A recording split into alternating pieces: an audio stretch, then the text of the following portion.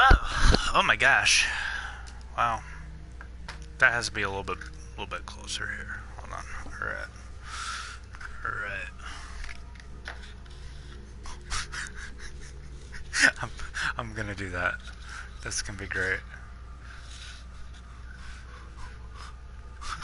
That's so bootleg, dude. That's so bootleg. Oh my gosh.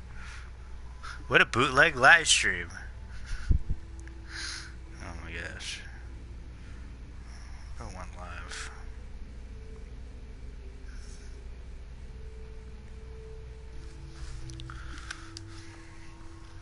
Hold on. Give me a second. I don't even think anybody's in here. Yeah.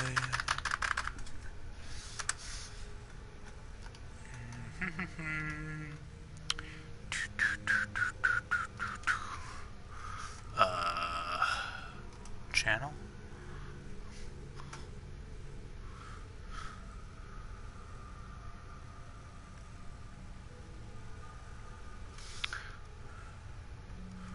So mute that. Hold on. Moobot! Open!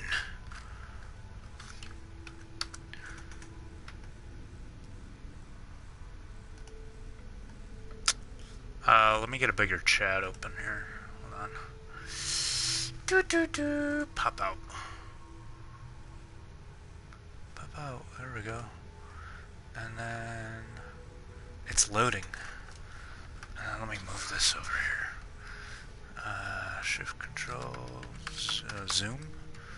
Does the zoom work on here? Okay, it does. I better zoom that out. How do I zoom out? Okay. Yo. Is anybody in here? Test. That might be okay. Alright. Okay. Wow. Alright, I'm just trying to make sure I can read the chat.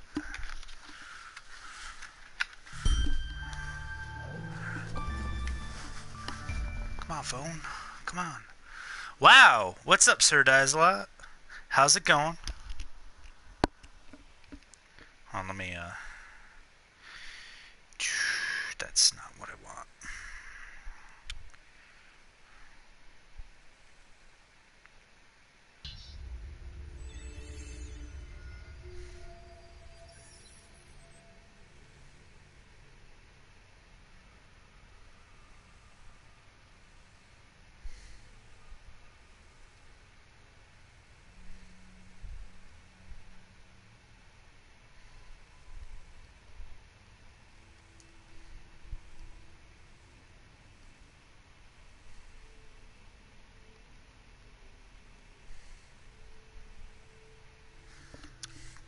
Alright.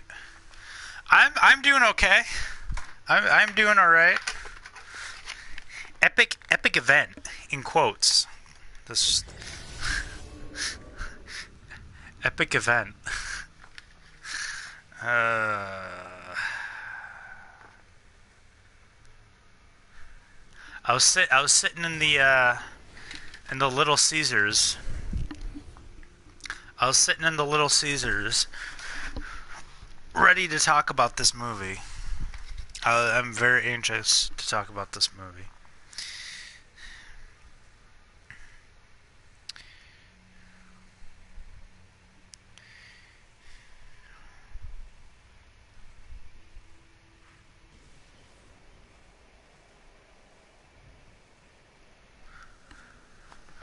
How did I like it? You thought it was good? It was okay. I don't want to say it was okay because I really did like it. I think the big part that killed it for me was knowing what was kind of going to happen. But I will keep that in mind when part 2 comes out. And any other Marvel movie that comes out where assholes on the internet can completely fucking ruin it. Surprisingly, All right. I didn't even see. It wasn't even assholes on Twitter. All right. It was the assholes on Facebook, which makes me even more upset. So, which is weird. So when Black Panther came out, I heard a shit ton of good things about Black Panther. I saw Black Panther like a week ago. After I saw Ant-Man and the Wasp, which was also very good.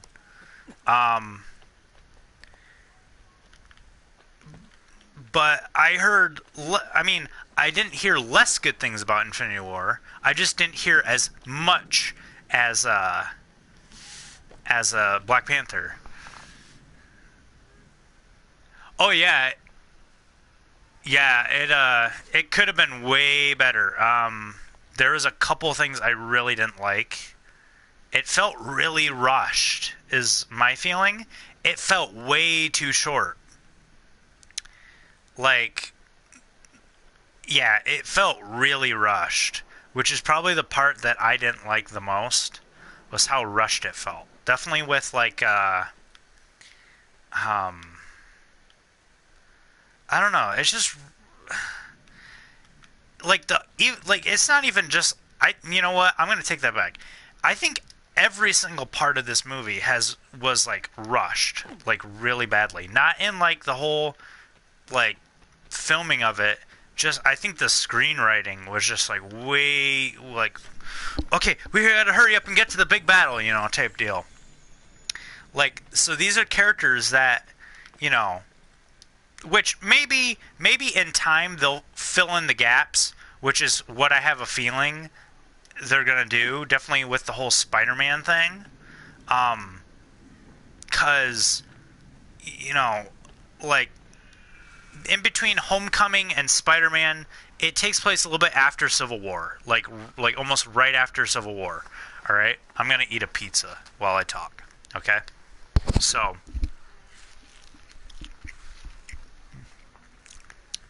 after Civil War, like,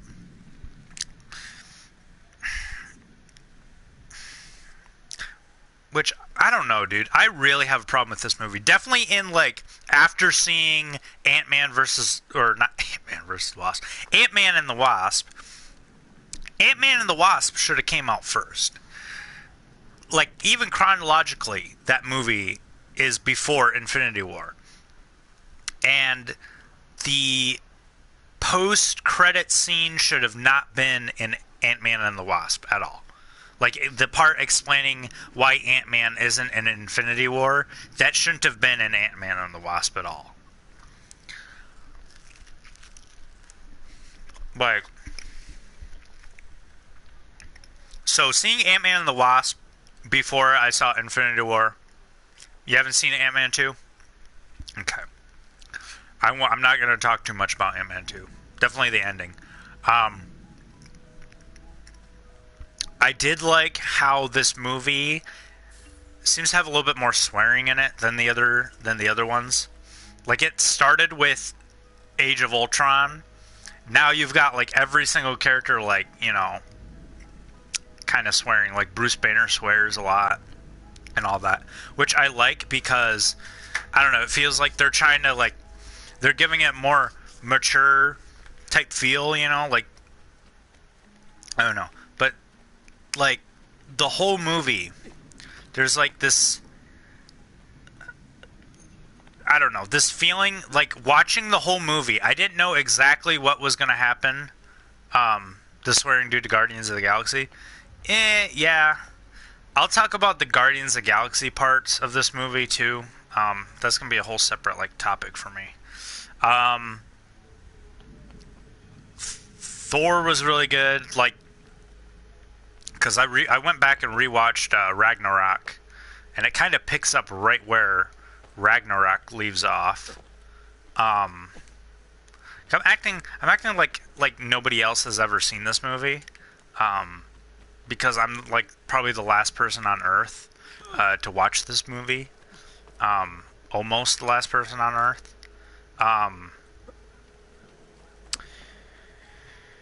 So the Thor bits were probably my favorite.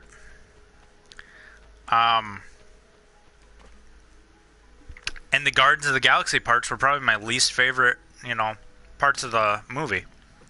Um, like, really, I really didn't like the Guardians of the Galaxy in this movie. Um,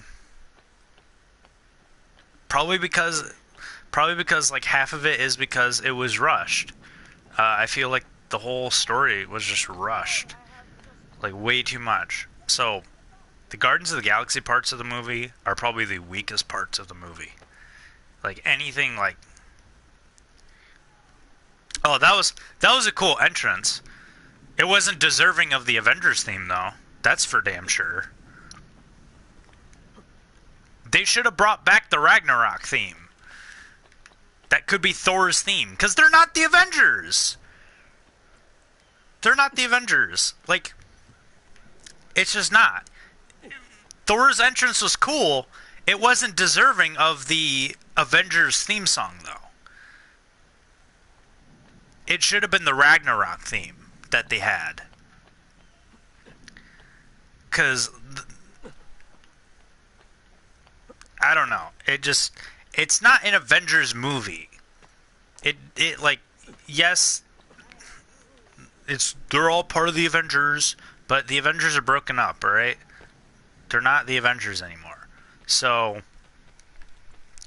like, that theme should have not been in the movie at all.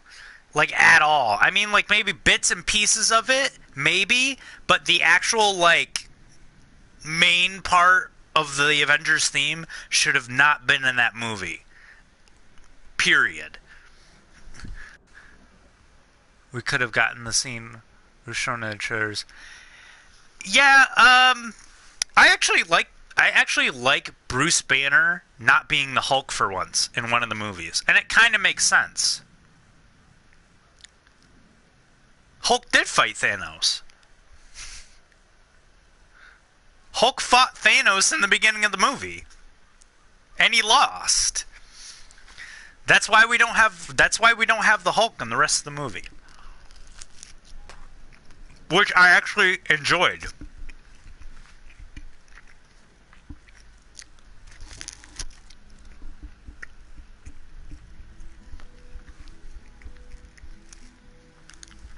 But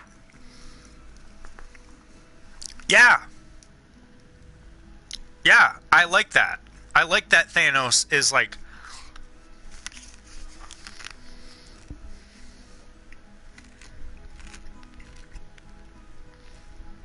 I like that Thanos is strong enough to fight the Hulk. And I like what they're doing with Bruce Banner and the Hulk, where they pretty much set up, because the Hulk, you gotta realize, in Thor Ragnarok, the Hulk is used to winning. The Hulk is go watch Thor Ragnarok. In Thor Ragnarok, Hulk is like, has complete control of Bruce Banner.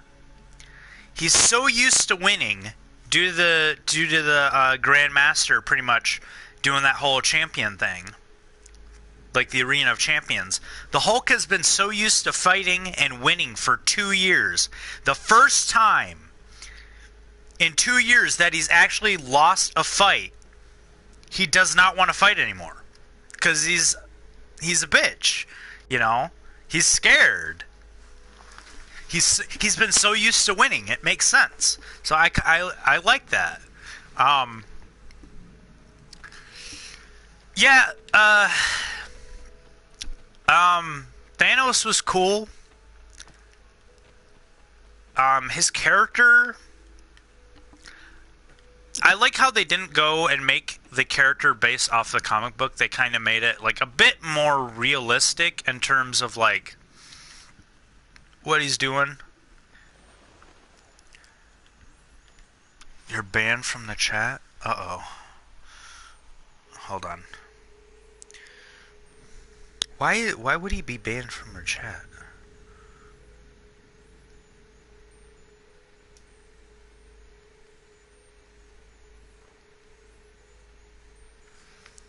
Hold on, let me fix that. That is so weird. That's not possible at all.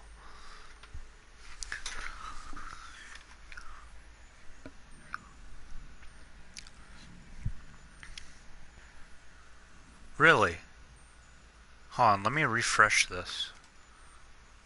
Show chat.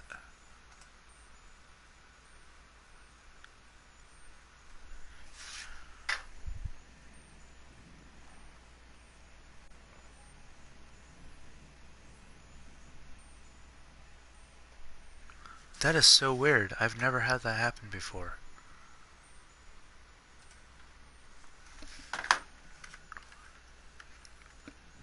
Hold on, give me a second. I'm trying to like unban. Apparently, I don't even know. You're not even showing up in the list. That is so weird. Why?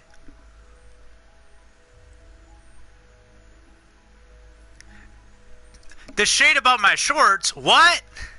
I'm not ignoring any shade about my shorts at all. You're not popping up in the users bar on the chat. Try to send me a whisper or something. Can you send me a whisper? Hold on.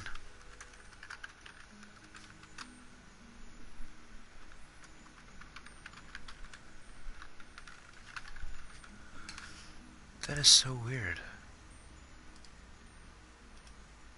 Whoops.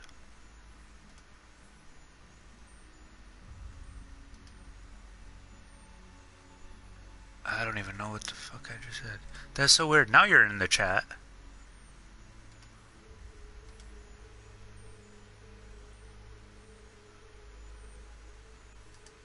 I don't know. I'll mod you just in case. That's so weird. You're not popping in the chat. But there you are. Is it working now?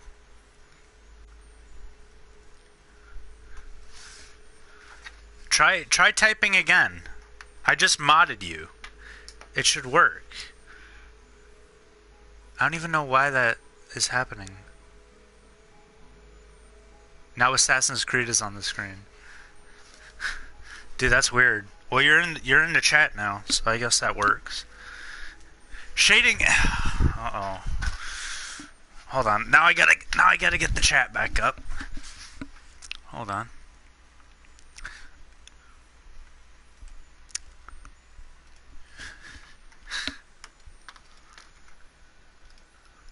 Man, this computer's super slow.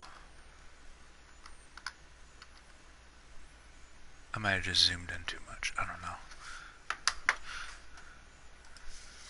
Test 1, 2. Okay. That's actually 12. Okay. Alright. Okay. Alright. What was I talking about? Now the chat kind of erased itself after that. We were talking about the Hulk and Ragnarok. And Thanos. Alright. The one thing I really like about all the Marvel movies, it seems like, is their CGI is fucking amazing. Alright? The last, like I think the Marvel movies probably have the best de-aging CGI or whatever the fuck they have. The best one I've ever seen. And I think Thanos looks like really nice and really cool. And I don't even mind like the design change or whatever, and that he looks like Josh Brolin. I don't even care. But yeah, Thanos looked really cool.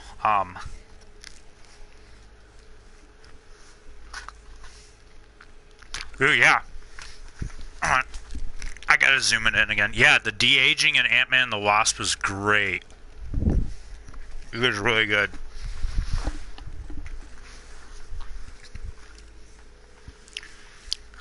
Even in the first Ant-Man, it was great. I didn't even expect it, you know? Like, Lawrence Fishburne looked great in Ant-Man and the Wasp. Michelle Pfeiffer looked great. So,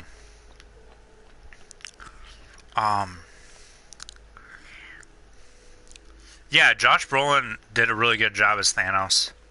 I like how Okay, that's what I was talking about. I like how Thanos isn't trying to court death or whatever in this movie. I like how they changed his motive, I guess.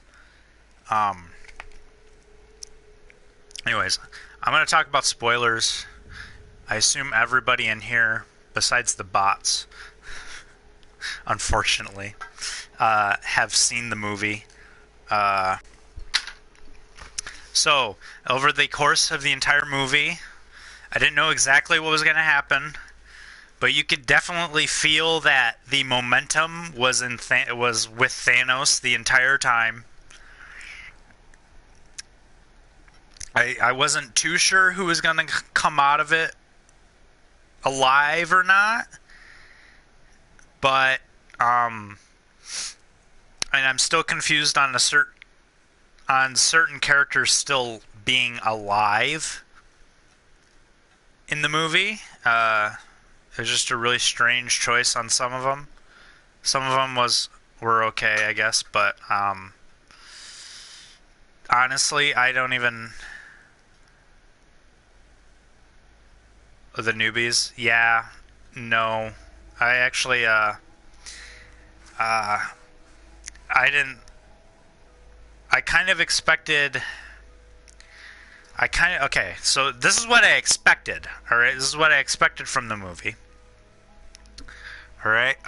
Here, I'll just go off the characters on the cover of which ones that I thought were going to live and who were going to die. Tony Stark, the OG, the original, the starting man. I thought he was going to die. I was pretty sure. I was like, okay, Robert Downey Jr.'s had enough, alright? Tony Stark's had enough. He's going to die. He didn't die. Captain America. I did not expect Captain America to die in this movie. He did not. Black Panther. I did not expect to die in this movie. He died. Thor, I kind of didn't expect to die, and he didn't die. So, Chris Pratt's character, Star-Lord, I didn't care. Even though I love Star-Lord and the Guardians of the Galaxy, I didn't care. I don't care about the Guardians of the Galaxy in this movie.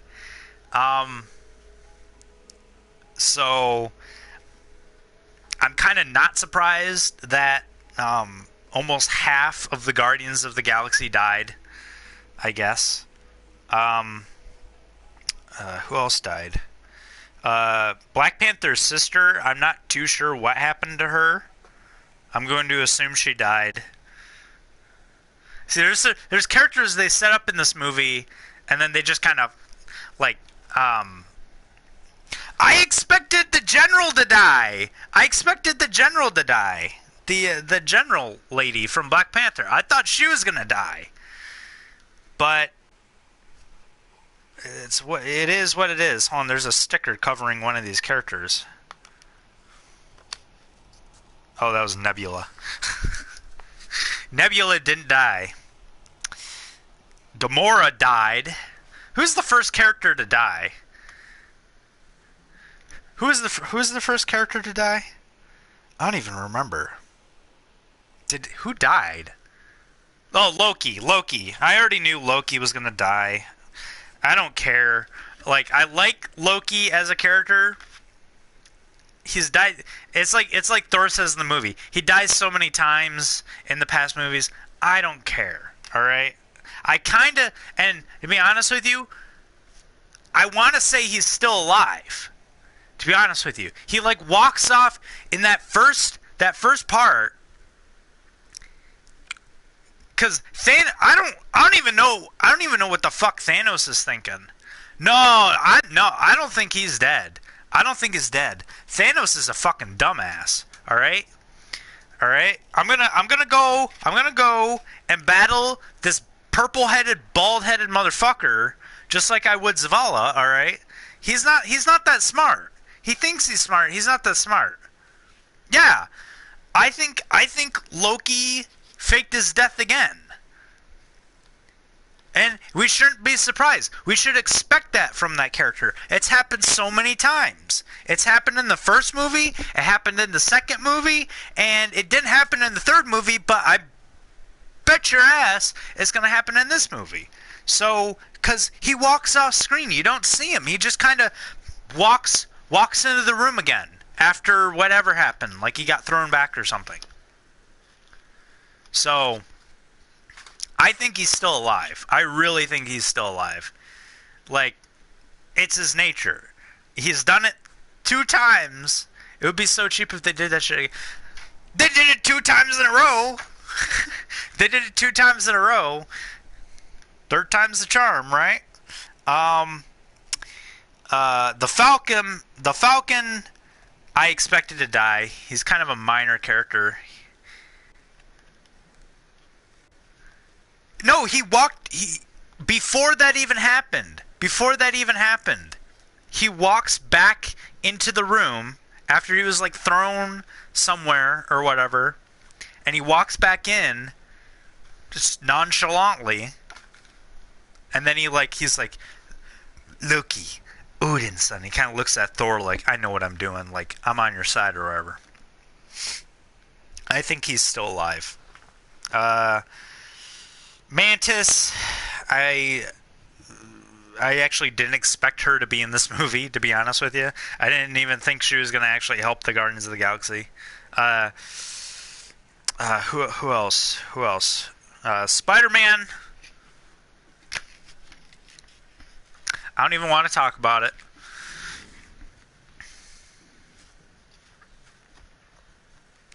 I don't even want to talk about Spider-Man.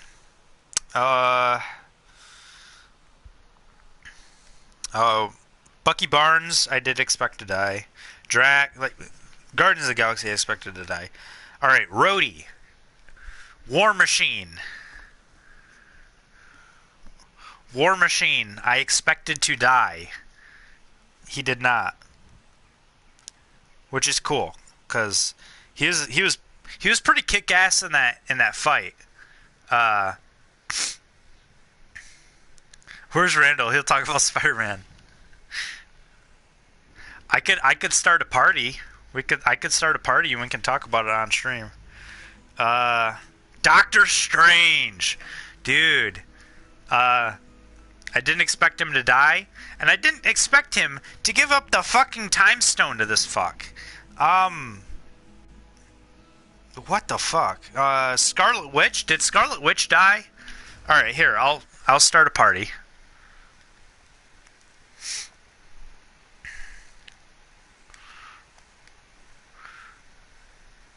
yeah. A party would be way better. Alright.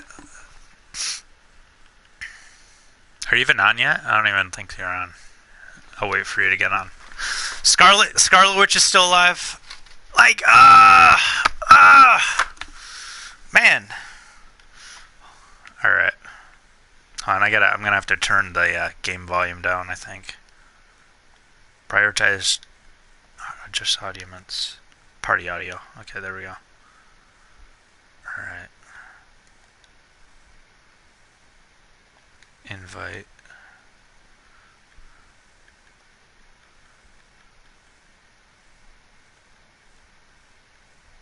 I'll send you an invite, even though you're probably not online yet. You'll join? Okay.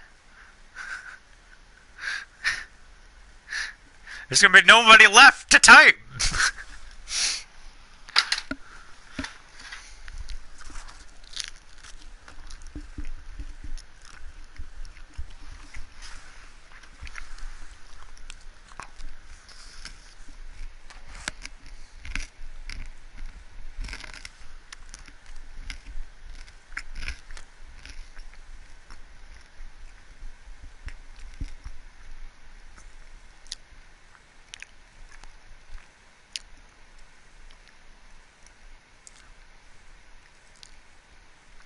Alright. All friends. All employees. Okay.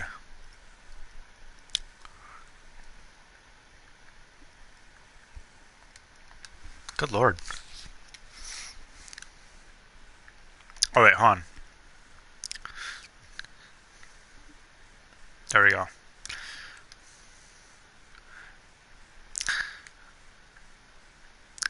I think some. I think. I think you're. I think. Are you even online? Hold on. I might have to open the party. Hold on. Let me do that.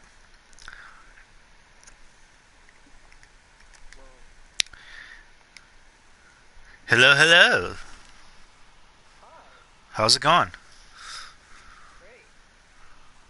All right. I just made the. I just made the party public. Ghost. That way, because I think. I think he appears offline.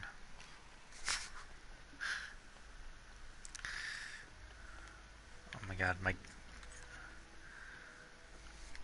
man. I want to have another pizza while we wait. There he is. Fucking dog pissed on the floor, so I had to clean that shit up first. Oh. All right. Fuck, there was something you said that I was like, alright, I want to talk about that, and I can't remember what the fuck it was. The Loki thing?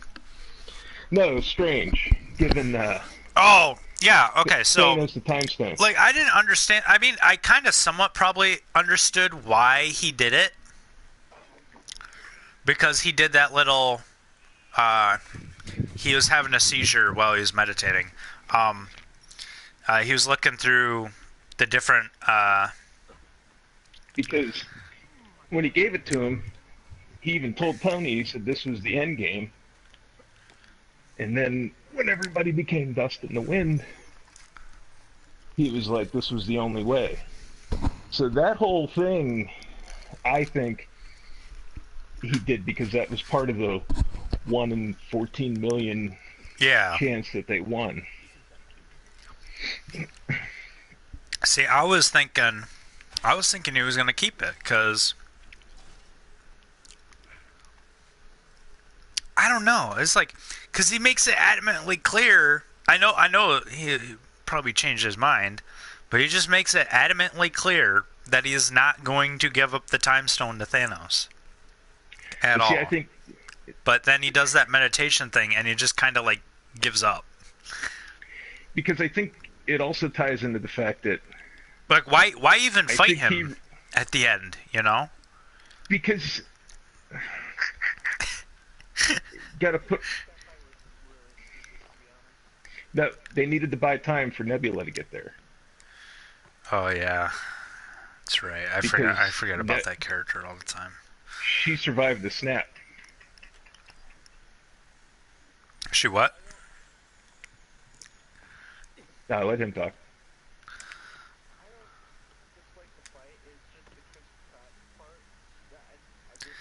Yeah, Yeah. Where he pretty much, like, cause they had the glove off! They had the glove off! Alright, okay, so here's something that ties back into Strange's little seizure while he's looking at all the different outcomes. He had to have known that that was going to happen, and if that was detrimental to a positive outcome, he would have stopped him, I think. Look at us, we're having like this really in-depth discussion about this movie like these motherfuckers are real. But... It is real! It's real in my head! But... So, I think... Plus, the people that, like, don't like that scene, I understand why they don't like the scene. Yeah, they almost had the gauntlet off. It's like... But it's a really frustrating scene to watch. Definitely right after they get it off. But it's not completely out of character for him, though, because look how he freaked out in Guardians 2 when Ego blows it and was like, I felt bad about putting that tumor in your mom's head, and he's like, ah! And fucking goes all fat shit crazy and starts shooting him. And so, I mean, losing his cool like that isn't out of character. But I think, you know, obviously the reason it grinds everybody's gears is because he kind of shoulders the blame for Thanos succeeding, but I still think that had to happen. Yeah. Because that, to me, that whole scene Strange knew Thanos needed to get the stone. I think Tony and Nebula had to be present and had to survive that encounter, and that's why it paid off, or that's why it played out the way that it did. Well, I don't understand how. It's just really weird because,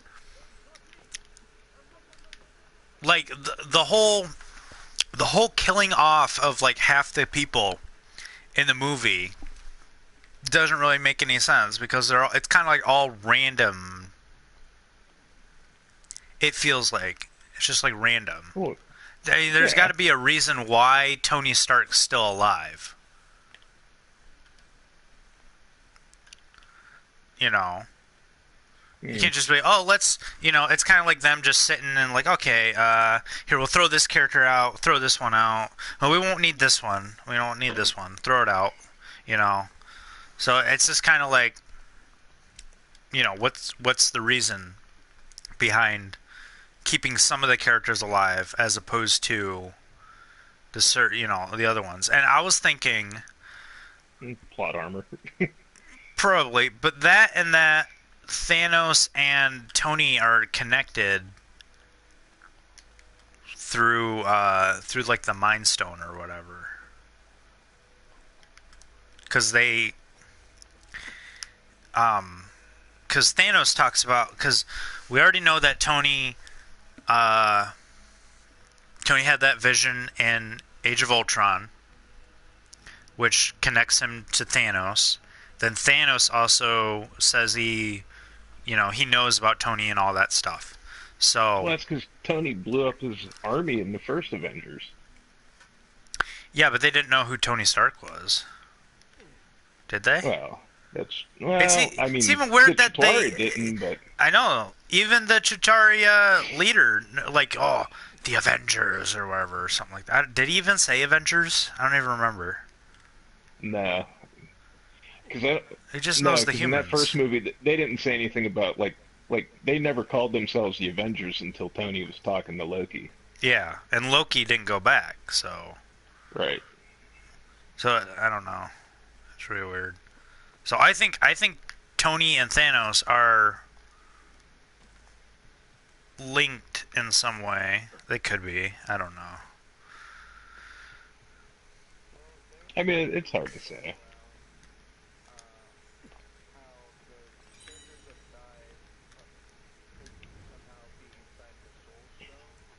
Mm-hmm. Well, I think that's how it was in the comic, if I remember right.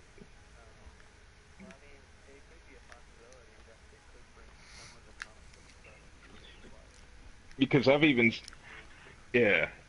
seen stuff too where they said like when he snaps, and then he kind of like goes into that like orange area, like. Oh yeah, yeah.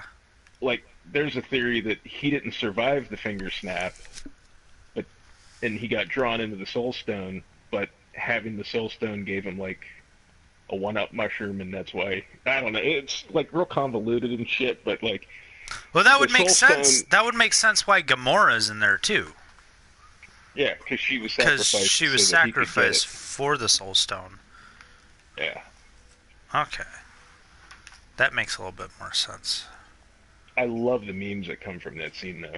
Especially the one where it's like, did you get the soft drinks and the refreshments? And he's like, yeah. It cost everything. All right. I kind of want to talk about the jokes in the movie. What did you guys think of the humor in the movie? It was typical Marvel humor. I thought it was a little bit too goofy in some areas. At times, yeah. Like, but okay, I'm gonna play devil's advocate though. That's like where I think I have the problem with this movie is that it feels like two different movies.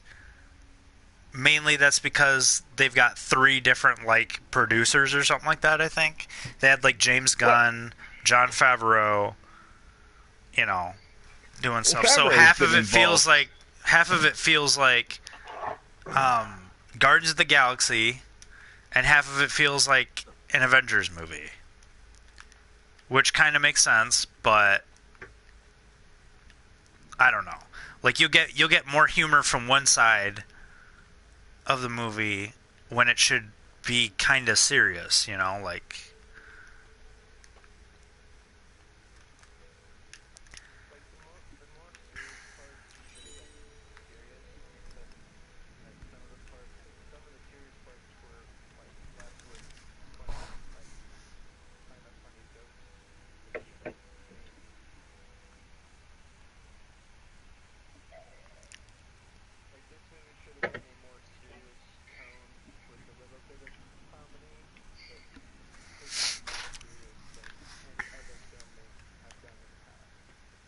Well, you got to keep in mind to a certain extent, even though people in their 20s and 30s, and even 40s and 50s are going to see these movies, predominantly they're kind of geared towards like the early teen crowd, like preteen type of crowd. So you're gonna have they're kind of trying to appeal to all their demographics. I don't think the humor was out of character for the characters that use humor, but I thought it was balanced well enough that it didn't take away from the gravity of the situation, but it also didn't make it 2 hours of like this downer of a movie, because the way that movie ends, like if that whole movie would have been just like down and serious the whole time, and then you have that ending, it just would have been like probably one of the most depressing fucking things I ever sat through. I'll be honest, I kind of wanted it to be the super depressing movie, or at least maybe not make it super depressing, but like the one thing I don't think I like about the change with Thanos is what he plans on doing after he wins and he gets the Infinity Gauntlet. That was ripped straight from the comic book. Really? The whole, like, after he does the snap and then he's like, I'm gonna watch the sunrise on it. Yeah, like in the Infinity Gauntlet comic book, he because I don't think it was Infinity War. Now my memory is kind of like, because there's a comic book where Thanos wins and he becomes a farmer. Really? Yeah. Because there's one where I think it's Infinity Gauntlet. That might be it, because there's another one where Thanos becomes like, you know, supreme leader and all that stuff, which he kind of should be, you know. I feel that's a little bit more in character for Thanos. I know he's supposed to be like, oh, you know, I want to be a farmer, you know, like really you've been conquering, you know, worlds for years, and you want to go, oh, what movie was that? There was a movie where,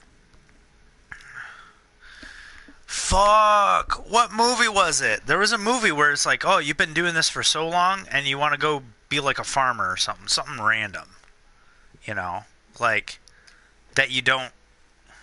What the fuck was that?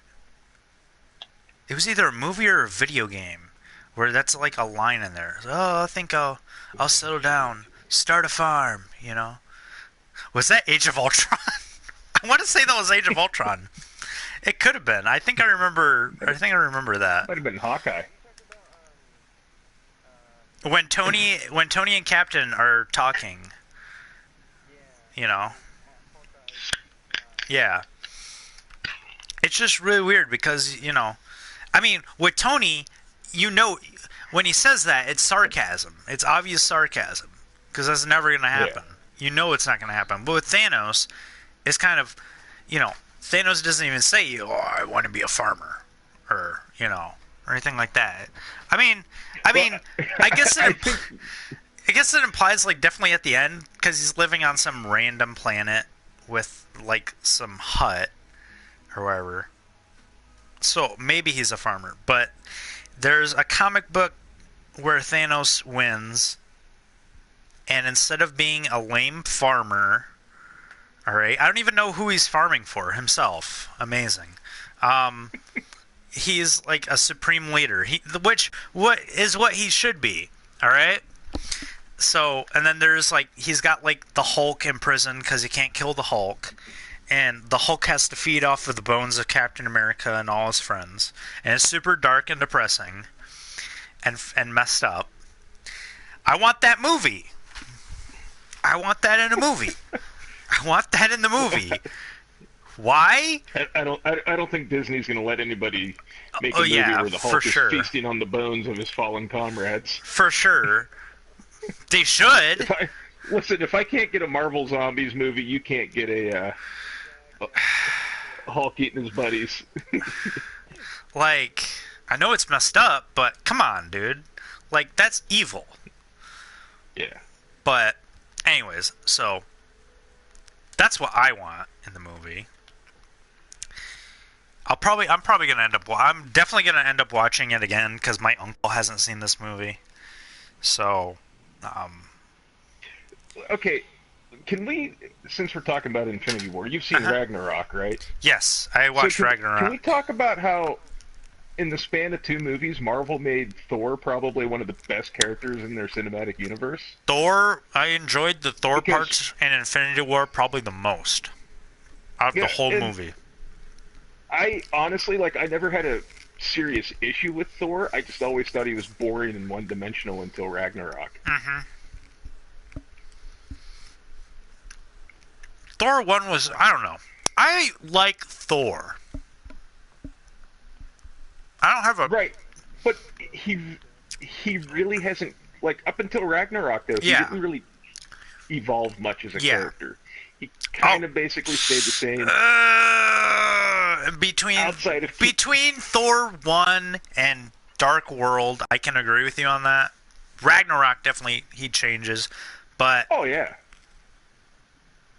I think Ragnarok the Thor that you can essentially combine 1 and Dark World into one movie because that's one Thor character.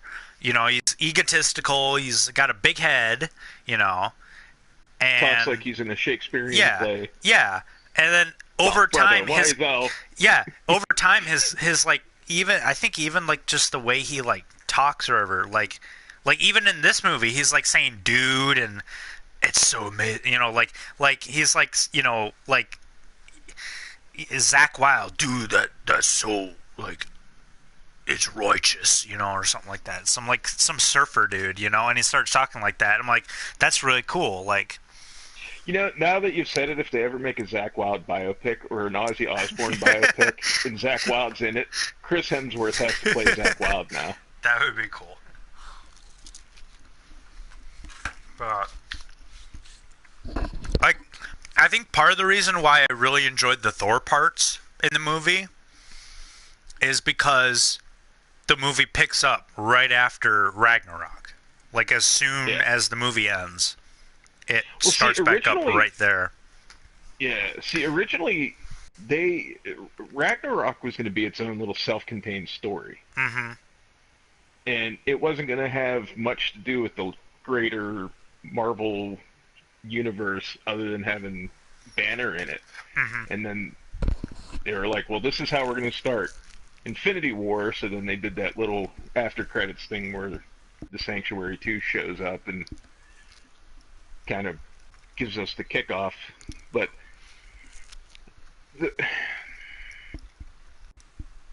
I did read something today, and I'm kind of glad that this might happen now that I'm kind of starting to really appreciate Hemsworth's place in the MCU. I guess he actually was so into playing the character in Ragnarok and Infinity War, he wants to make another Thor movie. Yeah. Which I'm cool with that, because everybody else is like Robert Downey Jr. is like, look, I'm 53, I'm ready to call it quits. And Chris Evans is like, Yeah. Well, Chris Evans, he wants out because he's just like, this is taking up like 10 years of my life. I'm ready to go do something else. That and just the amount of work it takes just to stay that fit for all of them, pretty much. I think Evans, Hemsworth, and who's I don't know about Pratt. I don't know. Pratt seems like super average. Now we're talking about the workout routines of dudes in the Marvel universe. This is amazing. It's funny. I actually saw an interview with Chris Evans where he actually talks about that and says that like they work out so much that like any scenes, like the big scene in what was it, Civil War, when he's like got one fucking hand on the helicopter and he's like holding onto the building with the other. Like he said that shit that they have to film. Wasn't that was Winter Soldier? Yeah. Yeah. Like shit like that they have to film first because as filming goes on, like they all kind of like start to lose weight and they're not as bulked up as they were at the beginning of filming. Yeah.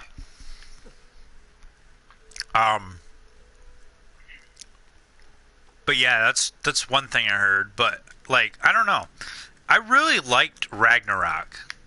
Like, I really, really liked it. Like, yeah. Whereas, like, I don't know, Guardians of the Galaxy, I like the humor in that, and it works in those types of movies, but it felt a little bit more kid-friendly in a way. I don't know. I think they both feel kid-friendly, but I just liked Ragnarok a little bit more than Guardians of the Galaxy. Part of the reason I liked Ragnarok as much as I did is because I wasn't expecting it to be that good. Like, I always liked the Thor movies, I want to see another one with... Kinda... I just want to see more Jeff Goldblum. Just being a fucking weird dude. Like, a weirdo. Like, that was... Like, I like that character. Like, I like Jeff Goldblum as the Grand Master. He's just this weird, like, anti-Odin. Like, he's complete opposite of what Odin would be, in his own little universe. He's got like his orgy ship in the movie. Just super weird dude. It's funny. I like that. It's like really funny. Where he's just like this weird, awkward character. And then you've got Thor, who is like, I don't know. I really like. I don't know. I think like Thor Ragnarok isn't like. It's just I think it's a good sci-fi movie too. Like just a really good like sci-fi movie. Yeah, it is a good sci-fi movie. Actually, I think the sci-fi stuff when they were on the planet, I think made a far more interesting story than the Hela stuff did. Oh yeah. Like when it was on Asgard, I was like, okay, yeah, whatever. Like, great. Actually, but like. Actually, in probably the worst. When the characters come in from that planet to fight with Thor, that's when it starts to get good.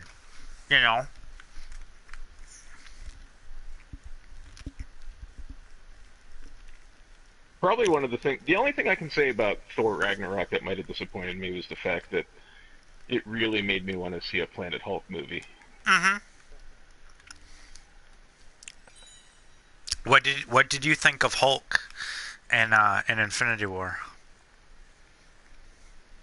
Okay, so did you hear what I was saying earlier about Hulk in this movie, and why I really like him being Bruce Banner the whole time? Well, see, I heard two different theories. The first one I heard was like, since Thanos basically kicked the shit out of him in the beginning of the movie, he was like, "Nah, fuck that, I ain't coming back out." Yeah. But I think it was the Russo brothers that said that the Hulk didn't come out because the Hulk was tired of basically being the cleanup guy. Like, you can't handle the situation, now you need me. No. I kind of like that because it gives I like it because it gives Banner a little bit more depth. Because there are two people inside of that head. There's two distinct different personalities. My theory is that so Bruce has been the Hulk for 2 years on Sakaar or whatever the planet's name. All right, so he's been fighting as the Hulk for 2 years. He's in that 2 years he's lost control of being himself. And in the in Ragnarok, you see him. The Hulk is a child. The Hulk has the mind of a child. He throws temper tantrums, and he's been so used to winning fights for 2 years as the champion for the Grandmaster. For the first time in 2 years, he gets his ass kicked by Thanos. He's scared. He's scared shitless, dude. Like, that's the reason. I think that's the reason why the Hulk won't come out. Is because he's been so used to winning and, not losing a fight, probably ever, besides, Iron Buster, the Hulk Buster versus Hulk and Ultron. So, I think that's why the Hulk isn't going to come out, because he's got the mind of a child, I mean, no matter what way they go with it, like to explain why he wouldn't come out, I'm fine with it, because no matter what, it just gives a little bit more. It gives another layer to the character. Yeah. And I'm hoping that's something that pays off in the next Avengers movie.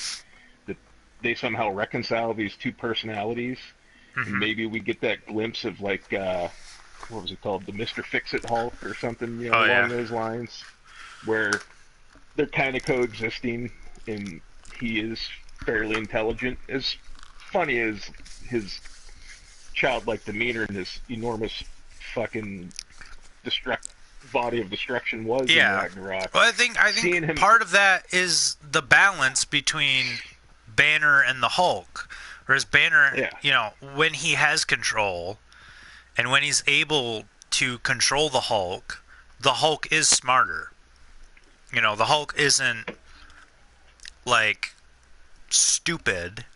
He isn't completely dumb, but he, like I said, he's essentially a child. And this is something that they kind of started with the Incredible Hulk, because at the end, he even said, he's like, just like when Blonsky was down there tearing up Queens, he's like, let me go down there, and he's like, can you control it? He's like, well, maybe not control it, but direct it, like, aim it at him, And then there was the scene where at the end of the movie he's meditating and his eyes are green, like that. Like, they started to give you that glimpse that he could control it.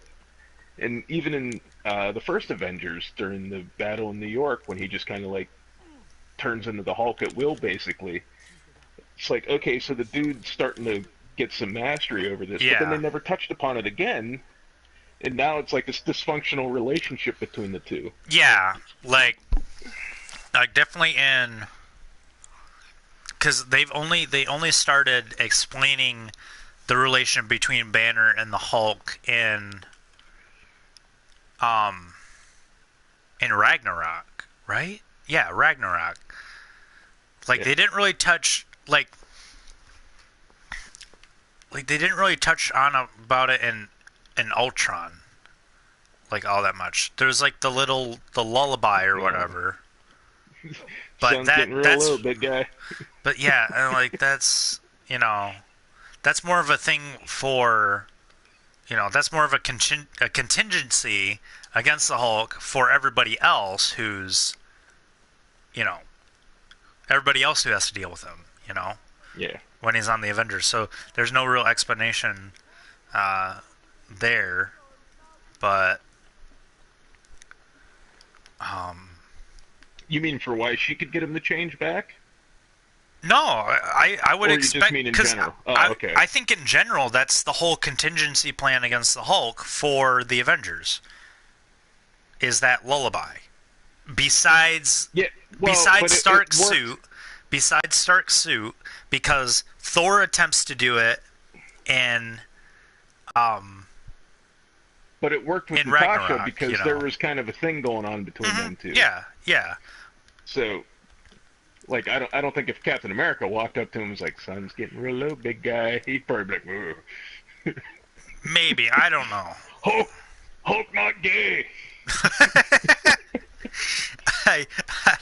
I don't know, but like I said, I mean, Thor tried it, so I don't know if that's just is that him just trying that, you know, but it's probably just him trying probably that could be. I thought the one thing I didn't understand about Thor Ragnarok is I thought at the end of Avengers Age of Ultron, I thought they said something about the Quinjet that the Hulk was in crashing in like Miami or some shit. It dropped. They said it dropped down in Fiji.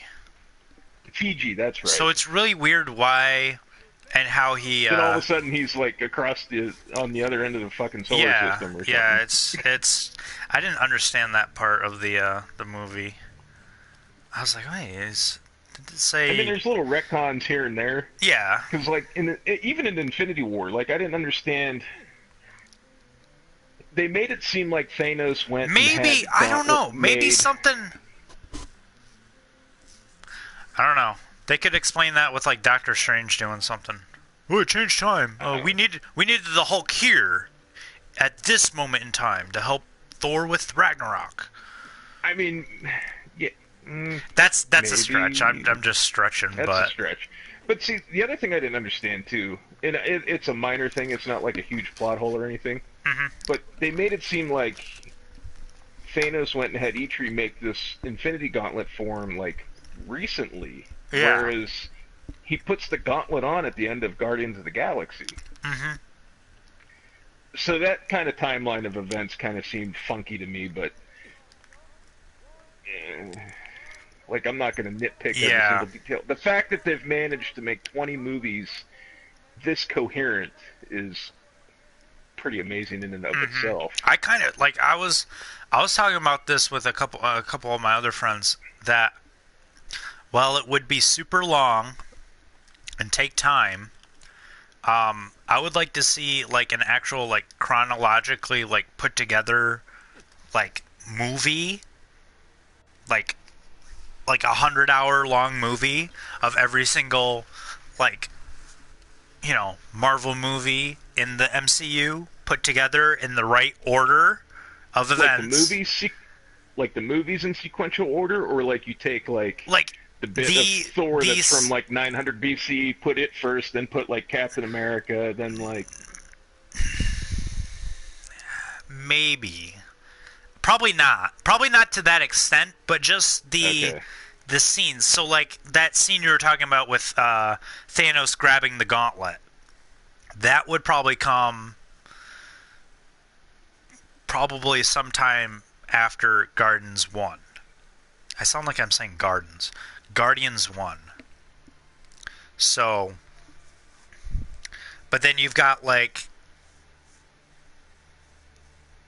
the intro to Spider-Man with Adrian and the Battle of New York setting or whatever. Put that after Avengers, right? And then do like Age of Ultron or something like that, or like whatever movie would come next. Iron Man 3. Iron Man 3. Iron Man 3 or Thor Dark World or something. Well, I think, and like some of them occur like they happen concurrently, like Ant-Man and the Wasp. And here's what I don't understand about Ant-Man and the Wasp. Ant-Man and the Wasp, that whole movie would be after Civil War and before Infinity War, and then that last scene, chop that off, throw that here's what, at the end of Infinity War. Here's what I don't get about that last scene though. Like, you mean to tell me in between the end of the proper Ant-Man and the Wasp movie and then that post-credits scene, none of these motherfuckers heard about what happened in New York? They're all the way on the other side of the planet. They're on the other side of the country. CNN wasn't like, hey, there's this big flying saucer thing above New York, and Iron Man, some dude with magical powers, and this big Rocky-looking dude are fighting in Central Park. I don't know about that. Didn't make it on the evening news. But at the same time, though, like, I don't know what the timeline of events would be like, how much time passed in between Strange, Tony, Spider-Man, and Wong fighting the Children of Thanos in New York, and then the whole thing on Titan. Like, it's hard to say how much time passed in between those two events. But because I was trying to figure that out. The movie felt really short, though. I think that was probably the worst part about it. Infinity is the movie. War? Yeah, I thought it felt really short. Maybe it was just that everything was going so fast, you know. The pacing was really well done. They paced it like perfectly. It didn't feel like it dragged it. I mean, it definitely didn't feel like it dragged on for too long. But in some areas, I just feel like it was going way too, like a little bit too fast. You know, faster than it should. You know, like, I like Deadpool 2. But I saw it in the theater, and then I went again and I seen it a second time. And when I saw it the second time, like, the first act of Deadpool 2, at least in the theater, it felt like it kind of dragged a little bit. Like, until you get to the X-Force stuff and all that, it picks up. But, like, prior to that, it's like, Jesus Christ, what the fuck are we doing? Come on. Yeah. Now, watching the I'm kind of at an impasse with the Super Duper cut. I felt like it made the beginning a little bit more. Ironically, even though it's longer, the first act didn't feel as drag-assy in the Super Duper cut. But there was some jokes and shit that they changed that I'm like, yeah, that stuff worked better in the theatrical cut. Oh, really? They completely changed some jokes? Well, because there was so much improv between Ryan Reynolds and T.J. Miller and shit like that. And some of the changes to the soundtrack, I didn't think... Like, I thought that ending scene was a lot more powerful with that acoustic version of Take On Me instead of the more slowed down variation of the Ashes song. But I did like her when he was like, don't fuck Elvis, and she was like, too late. I did like that joke.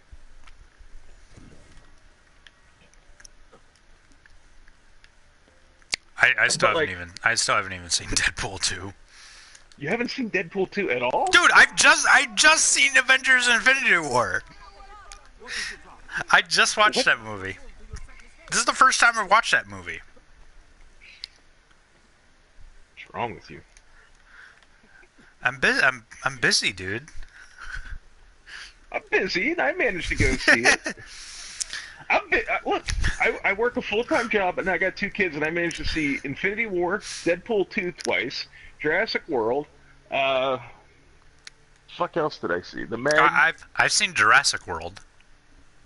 That movie dragged ass at times. The first one? The second one. Oh, I haven't seen the second one.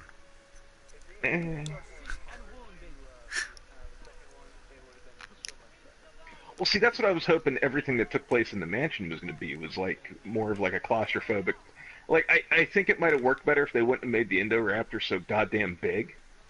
If they would have made it more maybe raptor-sized, it might have worked a little bit better for more of a horror type of situation.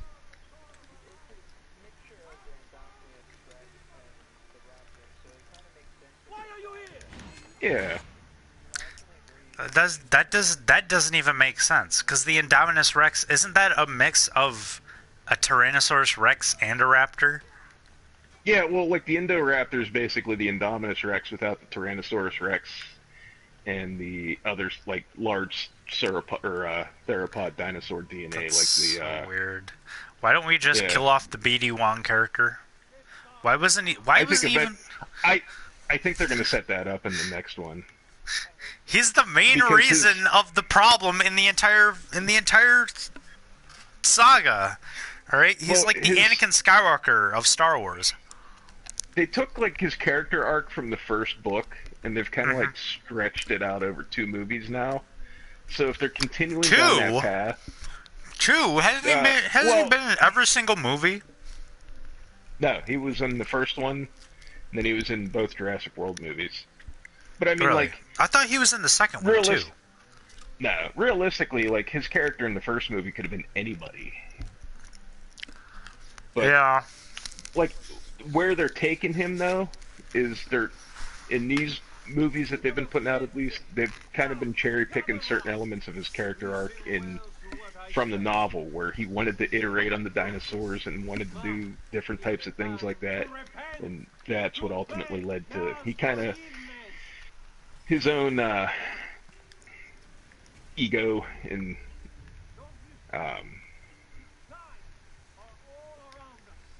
ambitions kind of ended up being his downfall. So that's probably where they're going to go with that, because especially with Fallen Kingdom, like everybody's like, oh, it's like a best of the previous movies. It's more of like a best of the novels, because a lot of that stuff in that movie came from both of those Michael Crichton movies. Like the opening scene with the Tyrannosaur coming through the woods while the lightning's flashing, like that's straight out of the that's exactly how it was revealed in the novel during the road attack. Like, they couldn't see it, but then whenever the lightning would flash, they'd see it coming through the woods before it kicked the fence down and came out.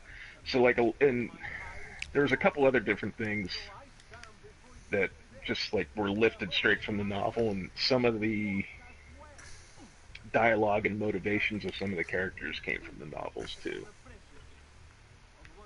It's almost like they're taking the shit from Crichton's books that weren't used in other movies, and then they're trying to, like, sandwich them into these other ones.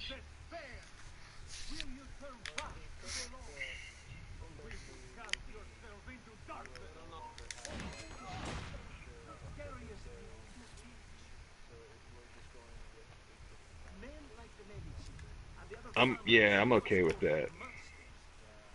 But the only thing I didn't understand, though, is, like, they made it this big deal that they released dinosaurs into the mainland, and it's like, it's not like we're talking hundreds. We're talking about maybe 11, 15 species of dinosaurs with 1 or 2 animals in each of those species.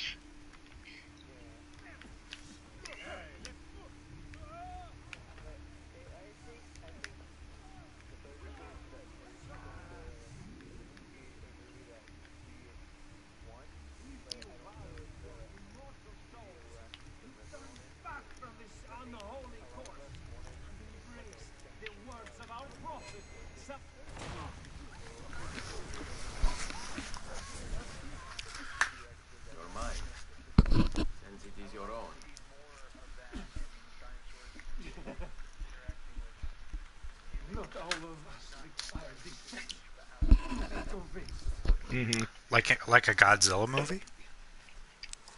Well, this was even like, that's even how the original. Did you read any of the Crichton novels? I don't read. The original. I've got it, but I haven't read it. In Crichton's Jurassic Park novel, like, it's the ending of it. They don't come right out and like explain it in detail, but a guy that works for like the U.S. government does tell Alan Grant that like there's something on the mainland and it made its way towards the mountains and it's been feeding off of lysine-rich crops and killing small mammals. So like some of that came from, like, they're building off of what was in that ending of that novel, but they still, I don't think they went far enough in. Like, they didn't. Just the way that movie ended, I don't feel like there was enough animals released into the wild that are going to have a huge impact on, like, our environment or like humans. Like, it's not like somebody in New York has to be afraid of a Tyrannosaurus that was released in fucking California.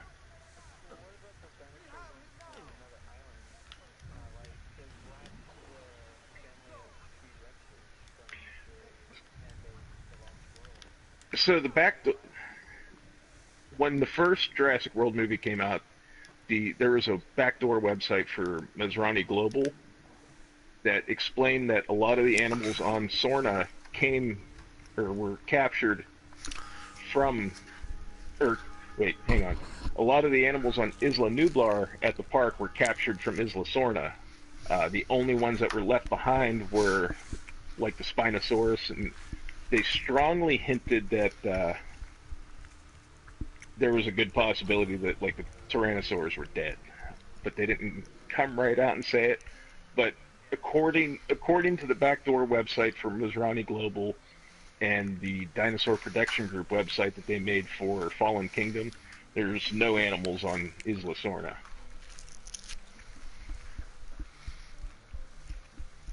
Because people were like, why didn't they just take the dinosaurs to the other island?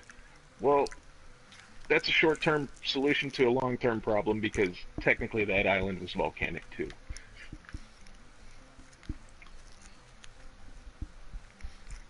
Because I know in the book they mentioned it, and I can't remember if they mentioned it in the movie or not, but I know, I'm pretty sure they mentioned in the movie that Isla Sorna was powered off of geothermal power. So I mean, move all the animals to the other InGen site, and then it's like 10 years later, like, hey, this island's gonna blow up too. We got to move them again.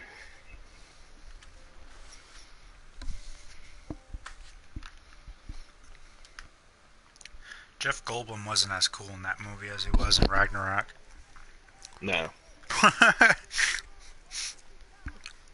Goldblum was awesome in Ragnarok. Like, and I don't even think they gave him a script. They were just like, just go out there and be Jeff Goldblum. Just do whatever the hell you want.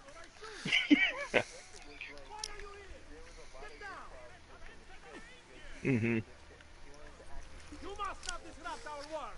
Firenze is sick. It's our duty to cure her. How? By forcing our people to follow a madman? It is unwise for you to challenge those in power. Yes. Well, that is about to change. No, you won't take me. Which that's, and it worked out really well. Which, I mean, that's what's cool too, because that's kind of like, that's why the first Iron Man was so good, because they basically didn't really have a script. Jon Favreau was just like, just do whatever, and Jeff Bridges was actually hesitant to sign on to the movie because he was like, I don't know about all this improv. And they're like, it'll be all right.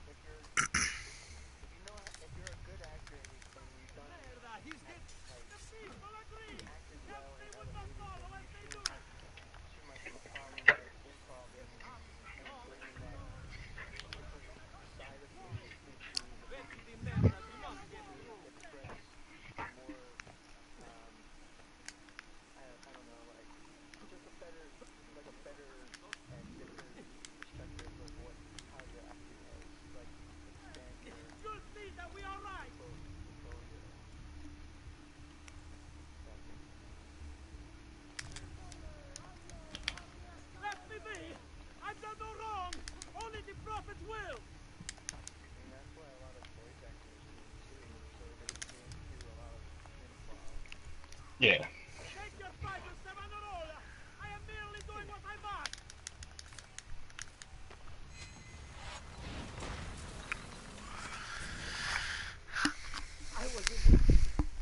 Not my fault. No, you made it. How about the big battle? Charlie, with that thing.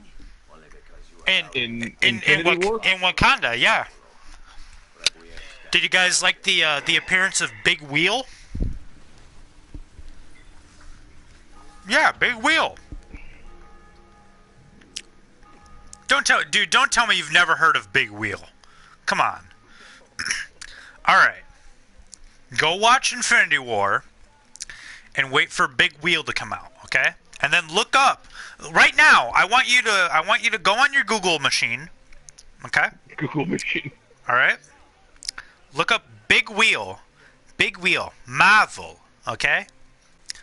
All right. And then you get no, not Avengers. Just type Big Wheel Marvel, and then you get the picture of the Big Wheel, okay? And then you go watch Avengers, that battle scene, and you tell me if you see Big Wheel, okay?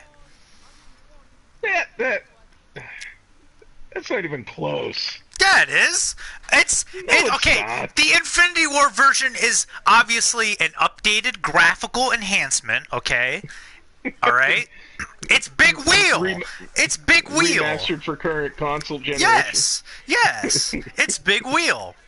I was like thinking of that when I was watching that scene. I was like, oh man, they're gonna it's gonna be just like the first the Spider-Man Homecoming movie, where Adrian Toomes gets his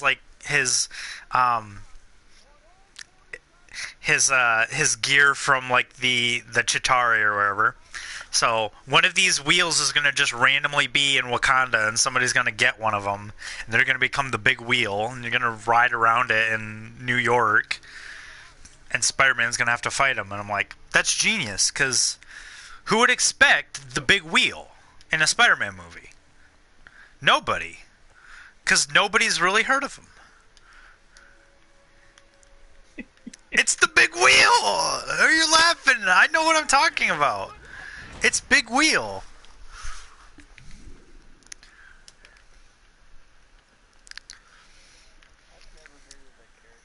Oh my gosh.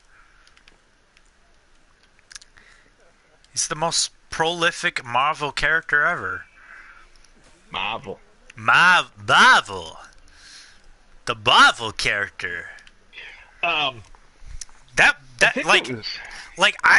even the deaths in the movie I didn't really care about. I was more into the fight or whatever. Like when Thor pops up, that was cool.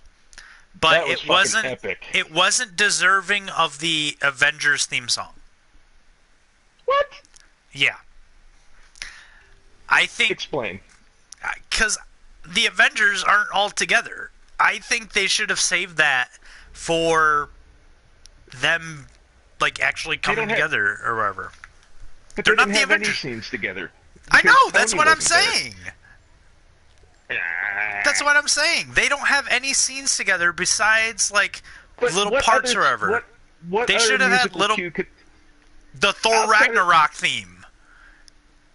So Thor shows up in Wakanda and they're like, "Here's some cheesy '80s synth pop." No, obviously you update it. Come on, dude.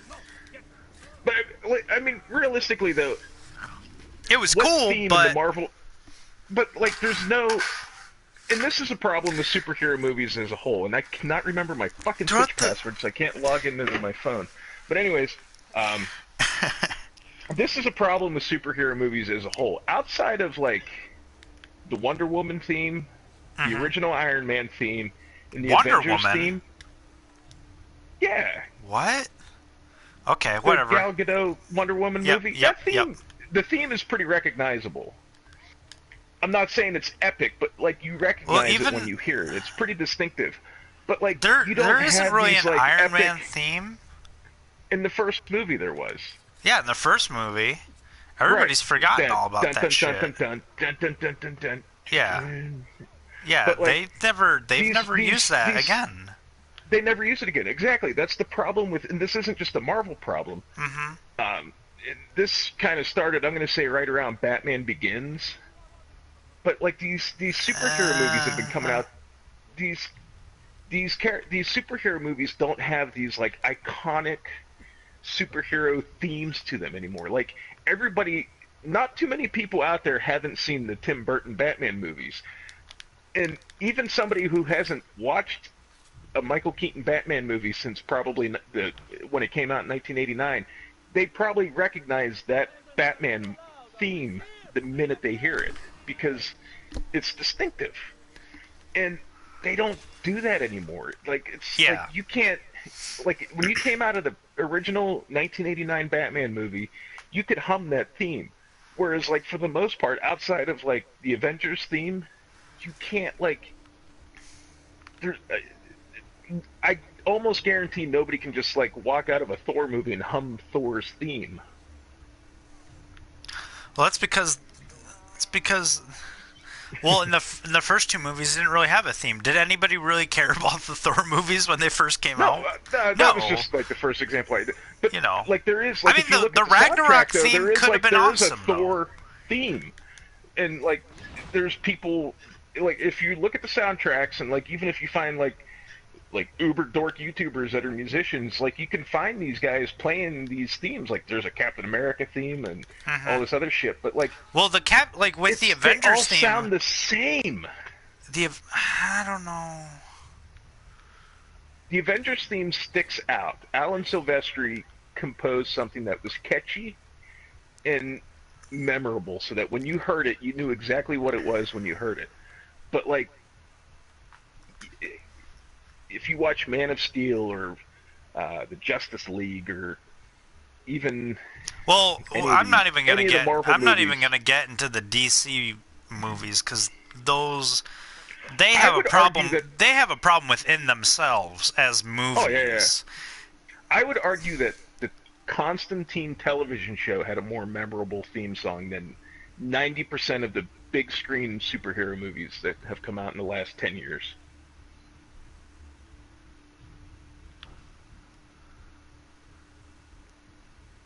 The movie about the Demon Hunter? No, there was a Constantine TV show too. Oh, okay. He was it was a lot better than the Keanu Reeves movie. I just watched that movie. I was really confused, but it was okay. It was okay, but for me watching that movie, I couldn't think of anything else besides John Wick 3. Right. So, which I'm also super excited for. But see, like, and that's a larger problem. Like, talking about, like, the movie theme, like, the superhero music and stuff like that. Like, movies in general don't have, like, these memorable soundtracks like they used to. I blame Hans Zimmer. I think, to be honest with you, I think out of all of the Marvel movies, where a theme has been used regularly, is probably Captain America. Is probably the only one I can think of where the theme is somewhat the same throughout the whole, like all three movies, is only Captain America. Like Iron Man, like, they changed it up. Yeah, Iron Man's changed it up so many times it doesn't even matter. And there was nothing wrong with that original theme that he had. No, like, when he comes out of that fucking cave and that like busted ass fucking Mark I armor and that shit's just like dun dun dun dun dun. Dun. Like that was cool, you know. But they never brought that. I mean, they used it in that movie, but then they never used it in any of the other Iron Man movies. The only because it became it's more of a musical sting than like anything. So you've got like, you know. But it's like a 3-minute track. I know. But then Iron Man also has like the AC/DC music. Yeah. Which is still fitting. But, you know, it's not his theme song. No. So like even Black Panther has like a musical sting. He doesn't really have like a theme song, I don't think.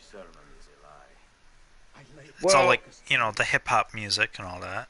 Well, there's hip-hop music, but a lot of that soundtrack, I think that guy did a lot of stuff with, like, the talking drum and shit like that. Like, he used more, like, well, yeah, they also have, like... Yeah, but that's just, like, the setting. I mean, that is also the character, because you've got Michael B. Jordan's character who... Oh, fuck. Who, listen, you know, who grew up in... You know, in Oakland, in California, so that, you know, his musical theme in that movie is kind of, you know, it fits where he comes from, you know, for both the characters, you know. So.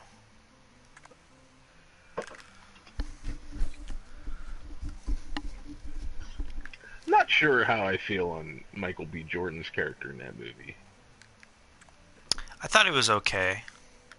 I mean, I don't know, like, I've seen praise that he's, like, one of the greatest Marvel villains ever, and blah, blah, blah, blah. Like, he's definitely not the greatest Marvel villain ever, but... Like, to me it felt like people were completely glossing over the fact that he was, like, the stereotypical, like... Yeah, he's not the best villain. There was a lot of stereotypes there.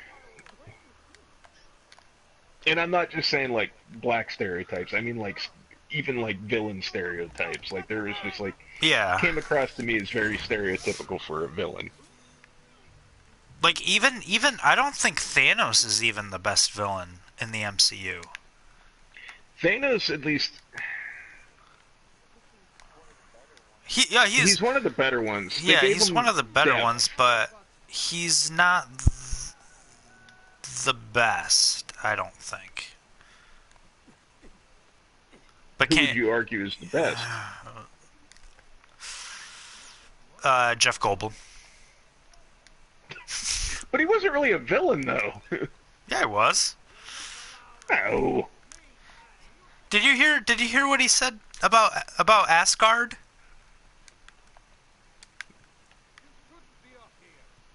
I can't remember now.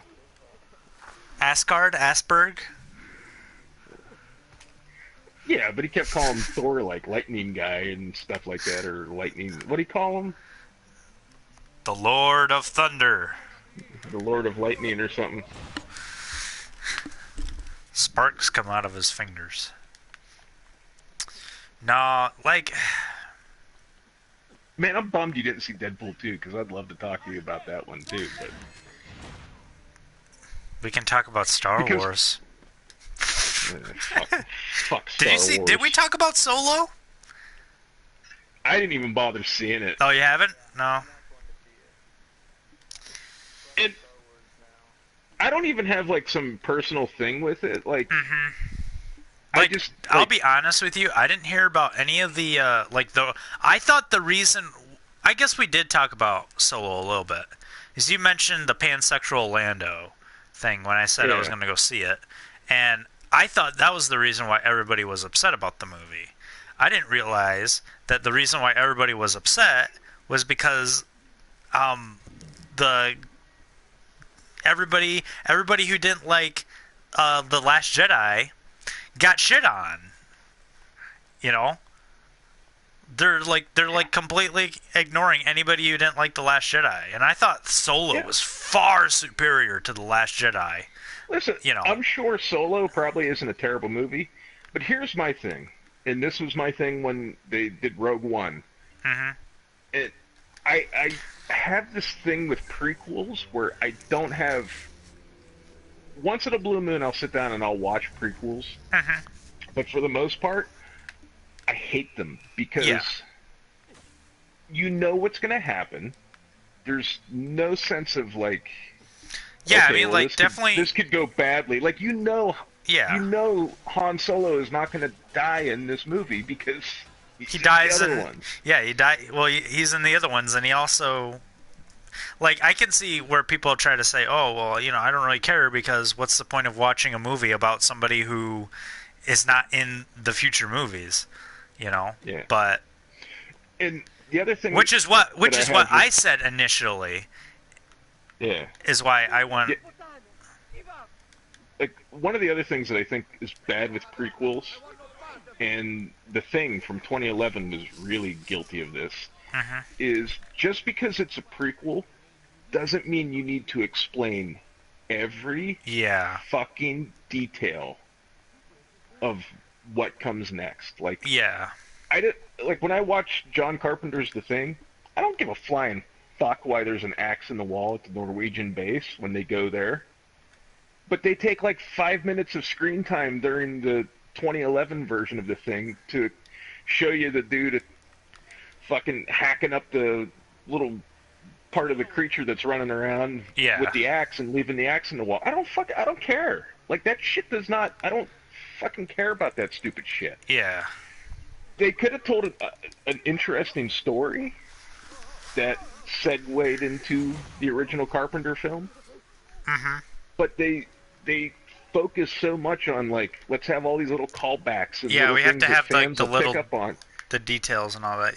Yeah, like it doesn't matter. Like, Solo does, like, the movie Solo does that a bit. I don't think it was too distracting. Like, some of them were... I thought they were pretty clever and interesting takes on some of the stuff because I don't know. I don't remember in the movie them doing, like, for the Empire. I don't remember them having the actual like Imperial March. You know, for the Empire. I think they had that big like, dun, dun, dun, and then that was kind of it. Yeah. But like, there's the part in the beginning of the movie where Han is escaping Corellia, and he goes and he's gonna enlist in the Empire in order to escape, and they've got a little like kind of like it kind of reminded me of the fuck. You're gonna hate me because I'm gonna ask you this. Star Troopers. Never mind. It had a very like Star Troopers vibe where it had like the propaganda type things they would do in that movie. But it's just this little thing where Han's like looking over at like one of these little like hologram advertisements, like propaganda things, and they've got the Imperial March going, like, but instead of it being like, you know, an intimidating theme song, it's like this, you know, World War II sounding like, let's go fight the rebels, you know, fight back the enemy, you know, type deal, where it's like, okay, we're going to be proud about being the Empire and all that stuff. So they've got like, instead of it being like an evil theme, it's like, oh, we're the good guys, you know, like we're actually the good guys. I thought that was pretty cool in the movie, but other than that, I don't remember any other like stupid references. Like definitely, like compared to Rogue One, with Rogue One's references where they throw the "You'll Be Dead" guy in the movie. I don't think Solo had that many stupid like callback references to the original trilogy. All right, do you guys want me to tell you? You probably don't even give a shit. I don't really care. All right, so at the end of the movie, you've got Khaleesi, Game of Thrones lady. She turns on the Vision, because the Vision's in the movie. Not the same character, but the actor, and yeah. He's supposed to be the bad guy. Well, he gets killed by her or whatever. And so at the end of the movie, she lets Han escape or whatever with the stuff. And she then she turns on this hologram, right? And there's like this cloaked figure, and the whole movie you're thinking, oh, she's going to be working for the Empire, you know? She's like a double agent. Turns out the guy in the cloak isn't Darth Vader. It's not the Emperor. It's a little character that had no depth, had no character, and he was just the bad guy from one of the prequel movies. Do you want to? Darth Maul. Yeah, it was Darth Maul. And I thought, I liked how I didn't really see any lightsabers throughout the entire movie. That was the good part about it. Was that no like Jedi in it until that scene where he turns on his lightsaber. And I'm like, why? And that was like the last scene in the movie, and I'm like, I'm so glad this is the last scene in the movie, because why the fuck did you put this in there? Like, why is this in the movie? Like, I get that you guys, like, and this is what makes me so confused about the Disney Star Wars movies. When Force Awakens came out, they're like, oh, we're not going to make we're not going to make references to the prequels, because they're all shit, guys, right? You know, like, I'm like, no, you just, whatever. So, and then they do that, and I'm like, I thought you guys said you aren't going to put references to the prequels in the new movies. I'm like, make up your mind. Are you doing it? Are the prequels canon? What's canon now? I don't get it. So, and I think the main reason they put Maul in the Solo movie was because I think Red Letter Media said the same thing too, which is what I thought when I was watching the movie. They're supposed to be doing the Obi-Wan Kenobi movie at some point, and I'd be okay with the payoff of the fight between him and Kenobi from the Rebels, Clone Wars. the Rebels Rebels, TV show. Yeah, but they've already done that. So what are they going to do now? Yeah, You know, like,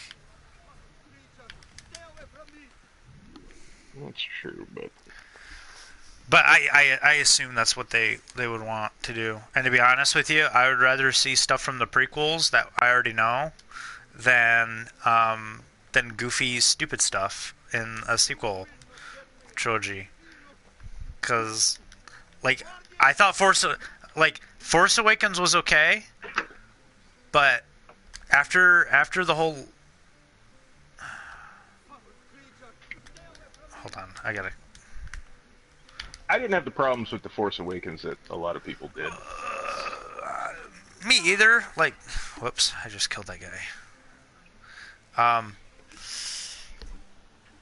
Like, yeah, so I don't know. The Last Jedi just left such a bad taste in my mouth that... That movie was fucking bad. Like, I don't even... Like, my uncle borrowed The Force Awakens right before we went to go see Last Jedi. I have not seen that movie since he borrowed it. Legit, I have not seen the physical disc since he borrowed it. And I have no motive to go get it back. Yeah. Like, I don't care, you know, like Force Awakens was okay, and then when I watched Last Jedi, I'm just like, why am I garbage? Yeah, the Last Jedi is gonna be like the DSP of like Star Wars movies. I'm gonna talk about it for 10 years and how bad it is. Like, it's so bad. And then it is the DSP of Star Wars movies. It is. It's so bad. And then you got the people that say it's good, when in reality it's not good. I'd say it's bad. It's more of the mundane Matt. The mundane Matt. Star Wars movies, because instead of begging for your money, it just blocks out any criticism and takes you down. It's probably a little bit better. Reference.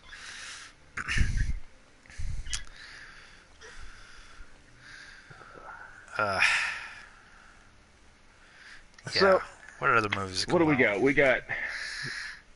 We're going back since this whole thing started with Infinity War. So we got Captain Marvel coming out in December. Yep, I saw that. Right. I had to look up what that logo was at the end of the movie because I don't remember things when people make references, like when they make references to other Marvel characters that I don't know of. So I had to look it up, and I'm like, oh, that's the Captain Marvel thing, or whatever. I'm like, okay, cool, whatever, I don't care. And then that was that. But I don't know. Okay, all right, hold on. Okay, so I wanna talk a little bit about the ending of Ant-Man and the Wasp for a second, and the actual ending or the after the credits thing? The actual kind of ending, and also the after credits scene. Because I think in that movie, definitely watching that movie, I felt really bad for just the Ant-Man and the Wasp characters dying. I feel bad. I feel like out of all the Avengers, all the Marvel characters, I probably feel the worst and the saddest for Scott Lang's character. Yeah. Mainly because he has that little girl, and the little girl probably dies. Yeah. I'm kind of glad they didn't show what happened with her because that might have been too hard of a gut punch. It felt more like it felt sadder at the end of Ant-Man and the Wasp, where in Scott Lang's apartment, where the big ant's there playing his guitar drums, where just the only thing you have hinting towards it being after Thanos snaps his fingers is that shot of the TV in the corner, where it has the little emergency, the emergency television alert thing. Yeah. That's the only thing. And I'm like, oh, like, there's no music, nothing. You just hear kind of like the tapping of the guitar thing from the amp. But that's it. And it's kind of funny, but it's also like super serious, like, you know, almost like See, half the population's dead, you know? The one thing that pissed me off was immediately after that movie came out was people were bitching about the fact that, you know, the Van Dyne family just got reunited and then they fell victim to the finger snap, and they were like, that's not fair and blah, blah, blah, blah, and yada, yada, yada. And my argument for that was, that's life. Life isn't fair. Life isn't going to be like, oh, you just got reunited with your mother who you haven't seen for 30 years? Oh, well, we're not going to kill you today.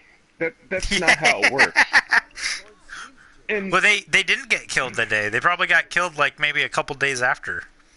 Who knows how long the time span between that scene is, you know? So.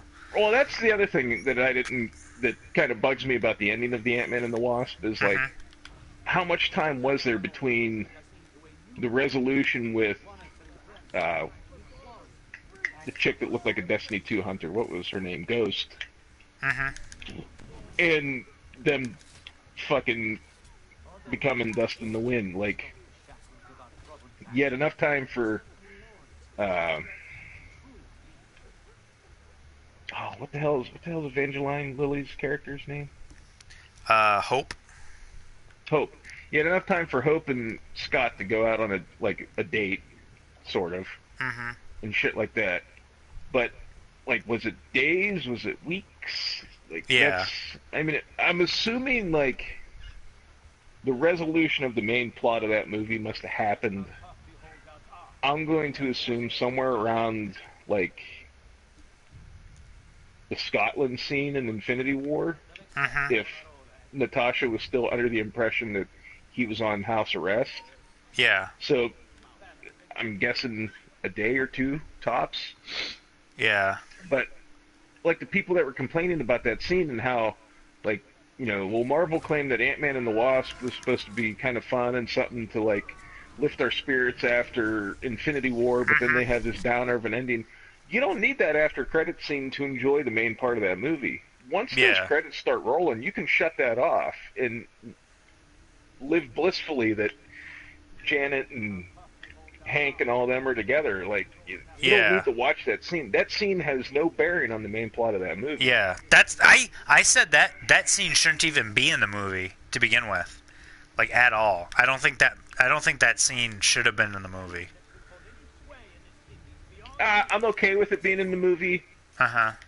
As an after credits sequence, because like I said, it's not, to me, the after credits sequences are just like little bonuses to like kind of tie up some small loose ends, but you don't necessarily, like, to me, that after credits sequence, it doesn't take away from my enjoyment of the film itself. Because whether it was at the end of the credits or it was in the beginning of the next Avengers movie, that's going to happen sooner or later. So just having that little bit at the end of the credits, I don't know. It doesn't bother me as much as it apparently bothers some people. Same thing with Thor Ragnarok. You know, that movie didn't have anything to do with anything that was going on until they threw Thanos' ship in at the end of the movie. But that doesn't change anything that happened in the 2 hours prior to that. I didn't even know that was Thanos' ship. Oh yeah. Yeah, I had to look it up, and I didn't get a straight answer, so I gave up.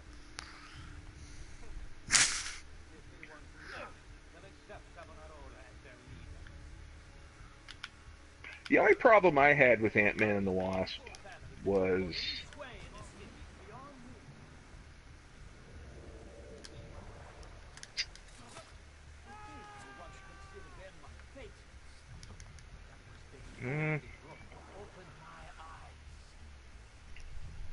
wow. Maybe I didn't have as many problems with that movie as I thought I did.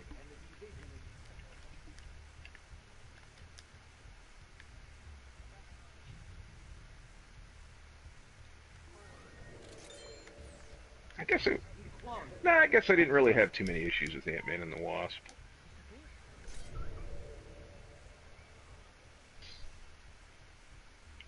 Some people, I did see some people bitching that, like, Hope was a better fighter than Scott, but I mean... Yeah? Scott wasn't really a fighter. I mean, even in... Yeah. Even in the first one, he wasn't, like... I like that. I like Hope's character way more in the second movie, in Ant-Man and the Wasp, than I did in the first one. Like, yeah. I really didn't like her character in the first one. She's just a little bit too bitchy for me, to be honest with you. Yeah, she was pretty bitchy in the first one. But she was kind of bitchy at the beginning of this one, though, too. A little bit, yeah, but it was a little bit more understandable as to why she would be. Say it was justified, but definitely, and even Hank Pym doesn't like, Scott. They're not really on speaking terms, They're just kind of there because, where you can help us get Janet back or whatever. Janet, yeah, that's pretty much it. I think it needs mention that Michelle Pfeiffer did not look like she required too much CG to de-age her, because when they showed her as the actual 60-some-year-old Janet Van Dyne, she doesn't look all that bad for 60-some years old. I think she might be 60 on the dot. I'm not 100% sure, but she doesn't look that much different. Yeah. She still has those eyes that just makes her look like she's batshit insane, though, like she did when she was Catwoman. Like Catwoman, yeah. Yeah.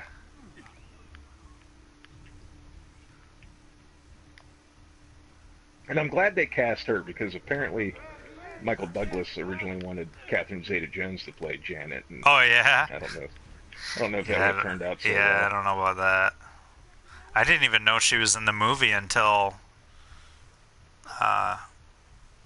the first scene. I was like, what? I was like, why is she in this movie? I'm like, that's okay. I'm like, that's cool. I was like, what?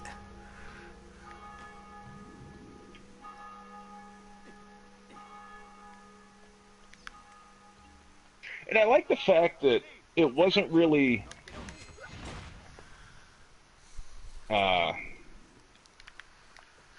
story wasn't one of those ones where it was like an end-of-the-world plot device. Like, I like when they decide to have these kind of more smaller types of stories where it doesn't necessarily have to be like the end of all civilization as we know it. I think that's what I liked about, like, with the Spider-Man movie, is that it was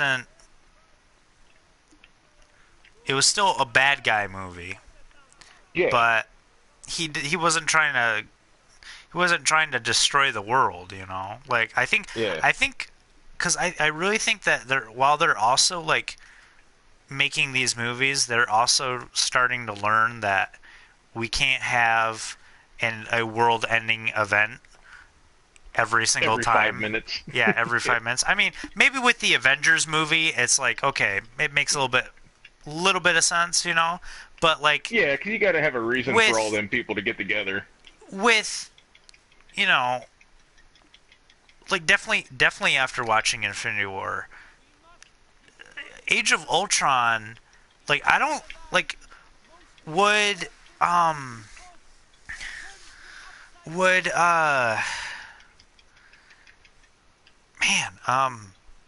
just thinking, definitely after watching Infinity War, with Thanos, like, only killing, like, half of a population, would he actually have... Well, what was the original plan? Wasn't Loki supposed to have control over Earth, originally? I thought that was said somewhere in the movie, that they made a deal that he would give him the Tesseract if he had control of Earth. But I think that was just a ploy, because, I mean, you figure Thanos needed the Infinity Stones, but he gave Loki a staff with an Infinity Stone in it. Yeah, I don't understand Loki didn't that. know the Mind. Well, I don't think Loki knew the Mind Stone was in there. And I'm pretty sure Thanos probably would have just betrayed him anyways had Loki succeeded. But I think it was. I don't understand how Thanos didn't know. No, I think Thanos did he have any? He didn't have any of the stones to begin with. No, he didn't. But see, I think Thanos knew the Mind Stone was in the staff. But I think he didn't. I don't think he gave a shit because I think he knew Loki didn't know. He didn't. He planned on Loki having it the whole time. Yeah, and then and then maybe like at the end, yeah. But see, I also think maybe that's where it comes in at the end. Maybe once he had gotten all the other stones, he would have gone. Because even in Infinity War, the Mind Stone's the very last stone he gets. Yeah, because he didn't the very last one. Bank on it.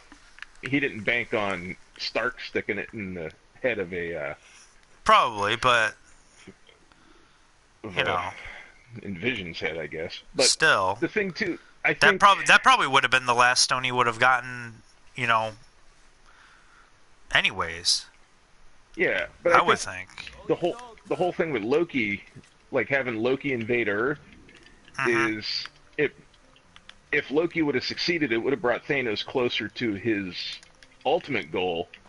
But it also wouldn't have revealed him as a major player because at that point in time, you still had Odin, you still had the Ancient One, you still had. I don't know if Ego necessarily would have played into. I would anything, but I think if Ego would have known. Yes and what no. Thanos' intention. Because well, see, Ego hid the fact that he was a Celestial pretty well, so I don't think Thanos knew about him. Yeah. But if Ego would have found out what Thanos was up to, he probably would have tried to stop him. So Thanos kind of acted in the background. Yeah. Because if he would have came to Earth with his full, like, military might, I guess you could say. Like, if Thanos would have led the Chitauri army or whatever the fuck they were called, then that would have revealed him as this major threat, and the galaxy would have most likely united against him. Whereas having these pawns do all this, like Ronan trying to get the Power Stone and Guardians of the Galaxy and stuff like that, Thanos gets to stay out of the picture. Which is probably why he was so effective in Infinity War, because nobody expected him to just come in, take ass, and kick names. I got that reference.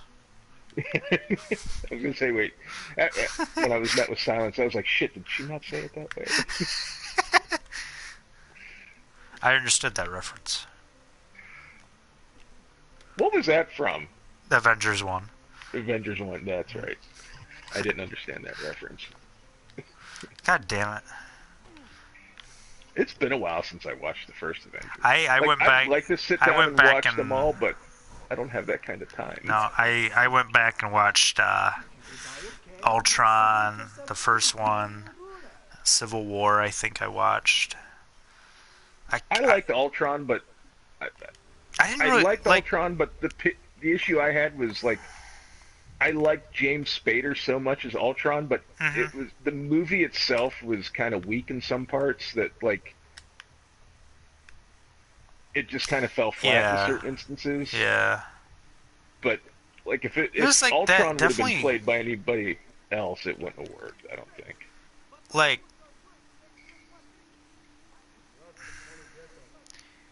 I don't know. Even with like the Ultron movie, it kind of feels like it's a little bit more separate from the. It's separate but connected to the whole Infinity War storyline in a way. Really, the only thing that connects it to the Infinity War storyline there is just the gem. Stark's paranoia. Yeah. The gem and Thor's vision. Yeah, like those are the only three things. Other than that, it's like even with, you know. But I mean, that's kind of okay because you don't need. I think that's what makes it effective. Like the movies as a whole, is not each movie in the series has to beat you over the head with this Infinity War plot line. That's Yeah, yeah.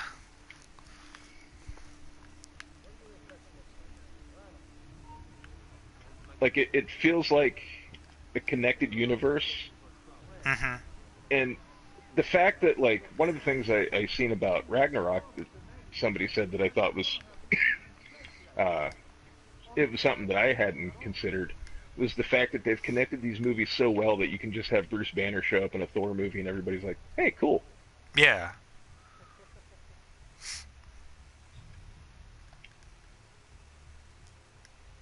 Like, yeah. I don't know. I really like, I think that's one of the things I like about Infinity War, definitely with Ragnarok, is just the interaction between a couple of characters. Like, I kind of like the interaction between Strange and Stark in this movie. Definitely when Strange calls him a douchebag. Yeah, I was just gonna say that. Like when he's like protecting your universe, douchebag. I was like, wasn't expecting that. Yeah. Like I was like, oh wow. I'm like, really? Like, okay. Strange is gonna say that. Okay. But yeah, that one, and then Banner and the Hulk can be a completely is like another whole character interaction, which was nice. I liked it when he was in the Hulk Buster armor and using that, and he's like, oh, it's like being the Hulk without being the Hulk. And then he trips over a rock. That was really funny. Yeah, I mean, I would see, and that's the one thing that's gonna, I don't want to say fuck Marvel, but one of the things that's gonna be hard for them to do in the long term is, like, after Avengers 4, if Robert Downey Jr. is like, all right, I'm done. Like, you can't just recast Tony Stark and have him fall right in. I don't know. I think what they should do is they should definitely have the character be there, but more like a background character, kind of like what Samuel Jackson is doing with Nick Fury. Whereas in the earlier movies, he had a bigger role, but now he's kind of his role is kind of diminished because that's his character as well. You know, SHIELD is collapsed. You're not going to see as much of him anymore, but now you're seeing him less and you're starting to see Nick Fury less and less because of the world building. He does have a big role in Captain Marvel, I guess, but I mean that takes place in the early 90s. Yeah. But and I would be totally cool if they just moved Stark back as he's the financial benefactor for the Avengers. Like what he was kind of going to be in I mean, they kind of already established that he's financed the Avengers, Yeah, I design it and make it cooler. Yeah. But I mean, when it reaches a point, because I mean, it's an inevitability that eventually Robert Downey Jr. is just gonna be too old. Yeah. The problem they're gonna run into though is he has such a rapport with Mark Ruffalo's Bruce Banner that even if you got an actor that knocked it out of the park as Tony Stark and made you forget about Downey, he's not going to have that rapport with Mark Ruffalo's character Downey does. I think in a way, I don't know, because in a way, Thor's kind of little bit I mean, you can't talk science-y stuff with Tony Stark, but we've got three characters like that. We've got Tony Stark, Bruce Banner, and Peter Parker, who all talk science crap, But I mean, how long is Parker going to be around? Because I think the Sony deal is only for 2 Spider-Man movies in the like it was for Civil War, I think 2 Spider-Man movies in Infinity War is what the deal was for. And I guarantee, put money on it, if Venom does well, they're going to be motherfuckers about upping that contract. They're gonna. You see, I'm sure you probably saw the image with the Venom text reversed, and it says money. Yeah, money. I was like, oh my gosh, like that's so funny. And it was like some people even added like a little thing on the V to make it look like a Y. I'm like, dude, you didn't even have to do that. Just reverse the text. That's all you got to do. Like, and that's we the thing. get I mean, if the Venom movie does succeed, like Sony and Marvel will be at an impasse because Sony's not going to be able to continue to build this Spider-Man universe without Spider-Man. And depending on how bad Marvel wants Spider-Man, I think Sony does. I think definitely with Sony has Deadpool, right? Or is that Fox? Fox. Oh, okay. Never mind then. I can't say that then. Because I was about to say, I was like, well, maybe they think that. Oh, well, maybe maybe instead of doing heroes, we should do like villains and anti-villains, or anti-heroes. I think Marvel should look into doing villains, but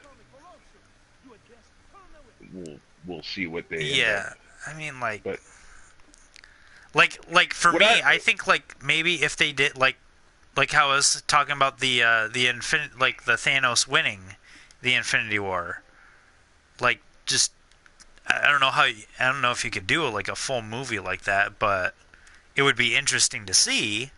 But would anybody want to see that? Right. And see, even after they resolve this whole Thanos thing, like I know they're talking like. They're not really going to do like the Phase 4, Phase 5, Phase 6 type of shit.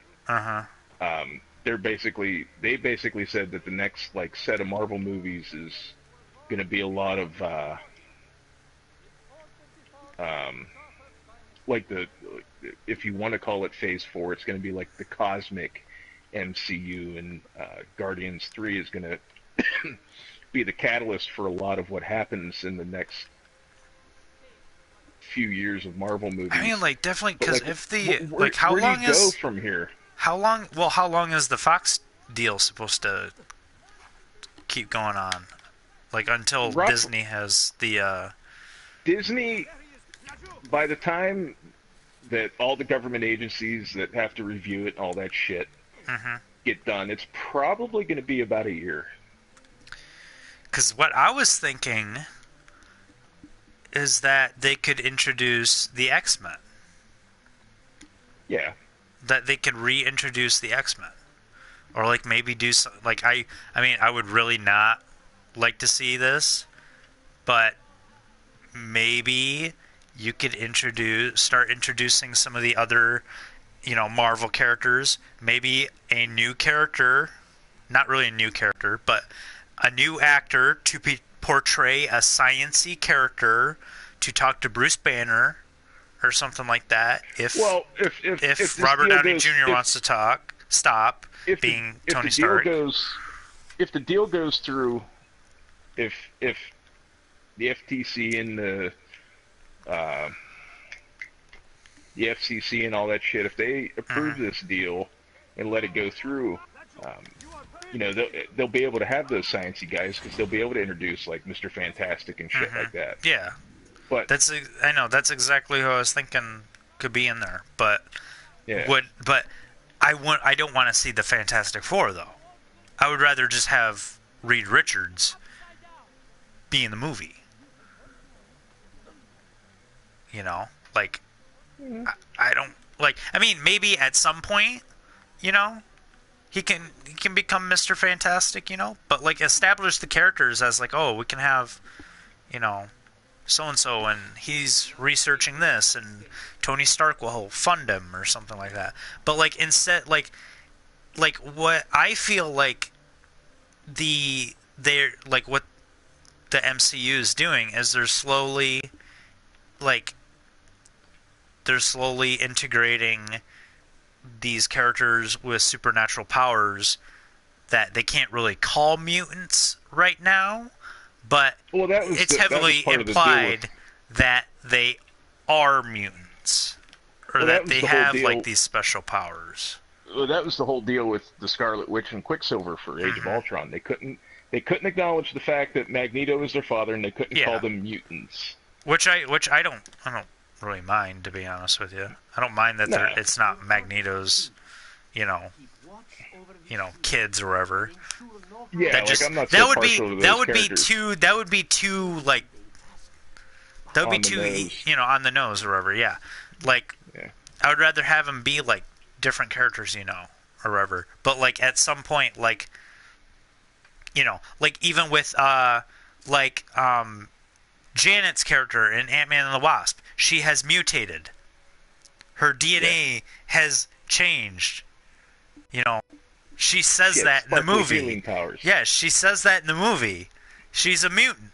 So it would be cool, maybe after Infinity War, is that they slowly start integrating, maybe people like the X-Men, some of these characters would be really cool. So instead of just having, we're going to have, Super Soldier, 100 in our movie,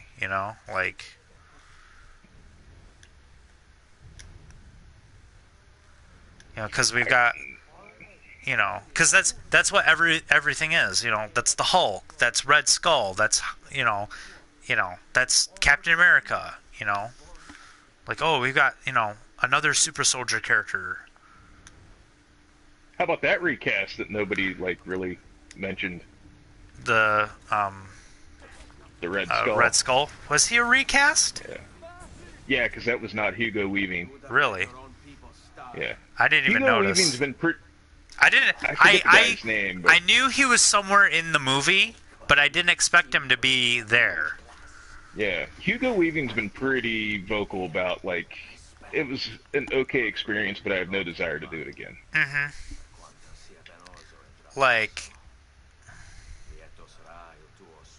Which is funny because he was in 6 fucking Lord of the Rings movies. Yeah. Yeah. Yeah. It sounded like Hugo Weaving. He sounded like Hugo Weaving, but that's what that dude's thing is impressions and shit like that. Yeah. I was actually surprised because I almost thought that whole scene that he was gonna get killed or whatever, Thanos was gonna throw him off the edge immediately. I'm like, oh, that's that for that character, but that didn't happen. So I hope at some point that Red Skull does come back, because there's obviously definitely after what happens with Infinity War, there's obviously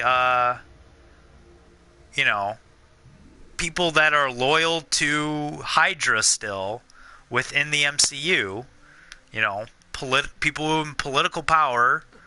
I didn't realize this. I actually went back and watched Iron Man 2. And the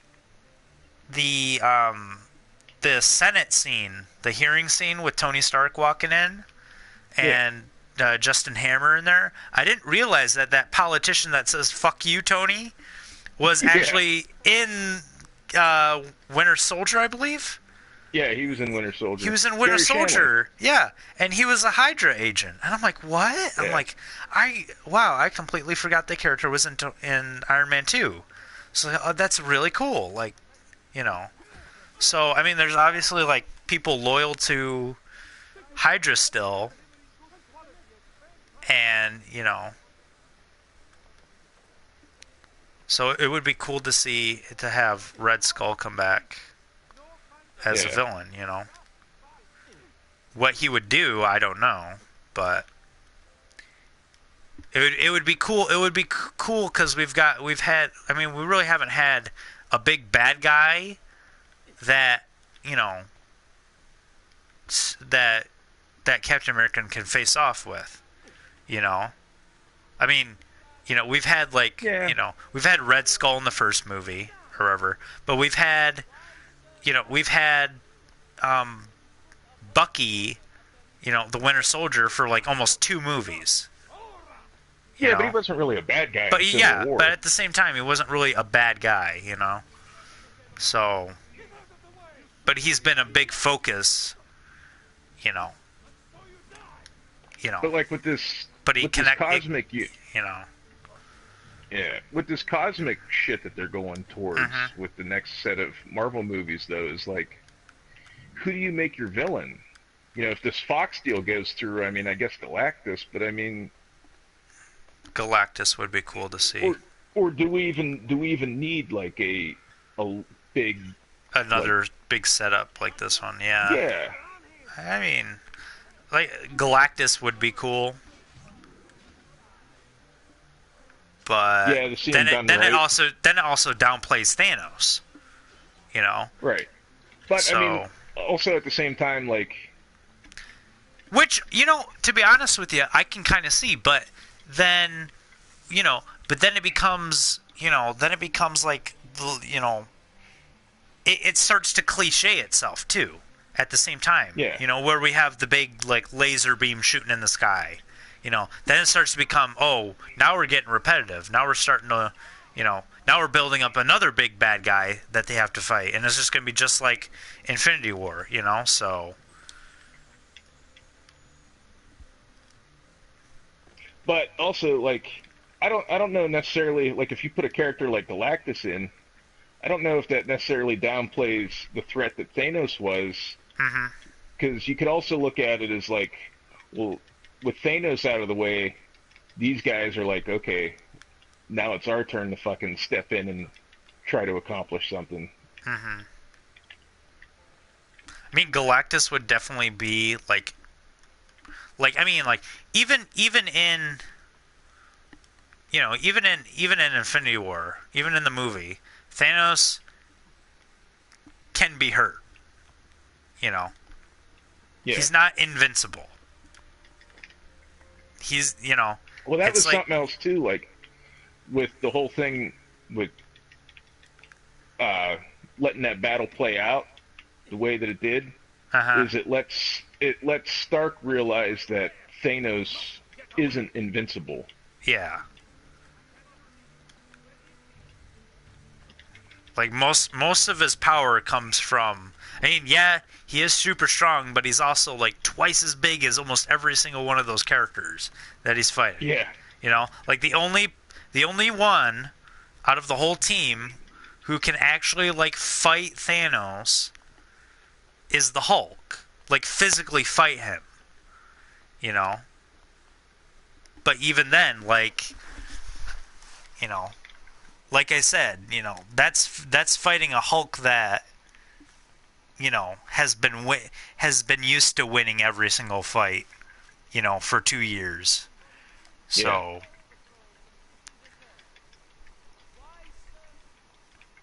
even in Infinity War, like it's obvious like Bruce doesn't have control of the Hulk. So maybe that first fight wasn't really like all that he can, give when he fights Thanos. So I don't know. That one scene they were showing in the trailers though, with the Hulk running with Captain America and all them in the Wakanda battle. Fake out. That wasn't even in the movie. I'm like, what? Yeah, that was the whole fake out. I'm like, are you for real? I'm like, whatever. I don't care. Maybe. Hold on. Hold on. I'm gonna look at that. I'm gonna look at that GIF I posted. Because I wonder. I'm just curious as to okay. Bucky, okay, all the Wakandans, Bucky, Black Panther, the General, Falcon, War Machine, and the Hulk. Maybe that's in part 2. No, that was just, they do that shit all the time where they film scenes specifically for trailers. Yeah, but I don't know. That was just It could be part 2. Maybe. Nah, because I don't think they're gonna have. I think they did I that. don't It was know. misdirection purposes. They didn't want to have the Yeah. reveal that the Hulk. There was going to be this subplot with Banner and the Hulk Mm-hmm. having their issues, and um, was Iron Man in that little bit of running, or was it just the people that were It actually was in the Wakanda battle? it was War Machine, Falcon, uh, Winter Soldier, Black Widow, Captain America, the Wakandan General Lady, and Black Panther, and then they have the Hulk there too, and then Okay. all the Wakandan warriors. Yeah, so they just basically didn't want to spoil the fact And that that, Banner yeah, was in the Hulkbuster armor. yeah, that's probably Yeah, they do that kind of shit all the time. what There it was, is, but it could there was something be else part two maybe, but I don't know. there was something else I saw this summer where there was a scene in the trailer that wasn't in the movie, and I forget what it was. Might have been I Deadpool. can remember too. I don't know if it was Deadpool. Was it Deadpool? There was a movie. It was a big movie where people had were losing their minds over a scene not being in the movie. Was it Star Yeah. Wars? Might have been. Well, there was a couple scenes from Star Wars that wasn't in the movie that was in the trailer. There was another one. Hold on, I'm gonna go grab some water. Yeah, I gotta let. I'm gonna still have my headphones in, but I'm gonna grab water.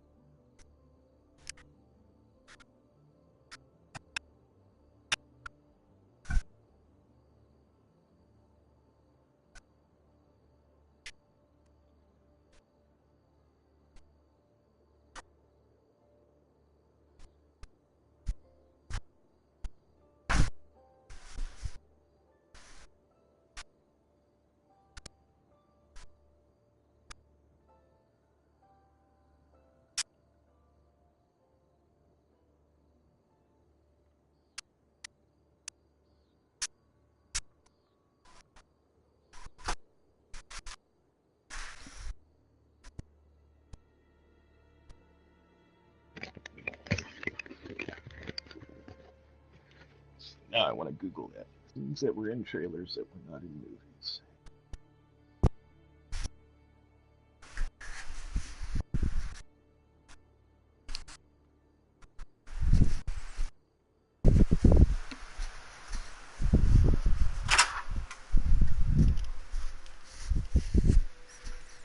Okay.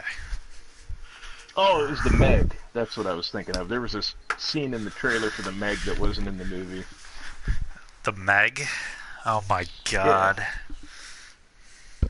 What, the big one where the girl's swimming on the water and it's like a downward shot to the sea and then the big shark's like coming up?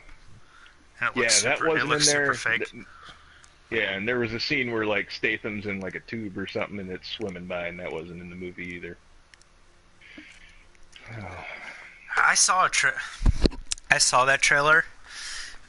That movie looks like shit. Yeah, It just looks so stupid. It looks like Jaws. And like then, it didn't take itself seriously, which was fine. That's the only way the movie would have worked, was by not taking itself seriously. But there was times where like the science involved in the movies, like they're serious about the science, and I'm like, the tone was just mixed. Like they couldn't figure out. I don't know. It didn't look interesting probably because shark movies are fucking ruined forever. Yeah, I mean, you're never gonna have a shark movie. Fuck Sharknado. Like, You're never gonna hate those stupid movies. Like, anybody who ever talks about, oh, I'm gonna watch Shark Week, I'm like, yeah? Like, you gonna watch some cool documentary? No, I'm gonna watch Sharknado. I'm like, the fuck? Get the fuck out of here with this Sharknado shit, dude. Like you're never gonna have a shark movie that's ever gonna be as good as Jaws. But yeah. Jaws didn't rely on the shark to make the movie good. The characters in that movie were good. The actors were good. Whereas it's like other movies, this is like the one thing. Like, well, Sharknado, people were like, "Oh, well, it's supposed to be bad." I'm like, "Yeah, well, that's like saying, well, shit's supposed to stink." Like, yeah, like, why does it need to exist though? Not wrong. I know I'm not wrong, but it's like, why do we have to like, why do we like, why do we have to purposely make shit movies? All right, like they want. Oh, we're gonna be like The Room. Let's do a Room movie like that. Like come on, dude. Like really? And then like I think just the biggest pain in the ass is how many of these Sharknado movies are out. Like 5, 6. 6? God. Holy fuck. Oh yeah. Return the Jedi was supposed to be the last Star Wars movie too. We know how that went. Episode Revenge of the Sith was supposed to be the last Star Wars movie. No, actually, and we know how that went. George Lucas always had plans for 9 movies. But he changed his mind. Because he realized that hardcore Star Wars fans are assholes. Yeah. Anybody who says those. Anybody who says the Disney movies Star Wars are better than the prequels, they don't know what the fuck they're talking about. Like, I will go on record saying anybody who says that, I disagree with you. Like, no joke, dude. I disagree with anybody who says, oh, well, George Lucas, like, even J.J. Abrams, all right? Like, if I, like, when J.J. Abrams or whoever the hell said, oh, well, they're only in it for the toys to make money. I'm like, dude, anybody who says that says, oh, Disney's gonna have complete control over this franchise. I'm like, yeah, you know what they're gonna do? They're gonna sell the shit out of the merchandise. Yeah. Like, it's like anybody who expects anything different from Disney that George Lucas hasn't already done, all right? Like, you're going to be very disappointed when I tell you that this is what's going to happen. And it's worse. It's probably just as bad as when Episode 1 came out. Like, have you guys seen any videos about the whole Star Wars toy nonsense going on? No. Probably not. No. Well, so Toys R Us closed. Yeah. Or whatever. So none of the Star Wars toys have been sold. Like any of them. Like very little of like the Force Awakens toys have been selling like at all. Wonder why? Because nobody, like, I don't know, but it's like the Darth Mauls and the little Annies from Episode 1. Little Annies.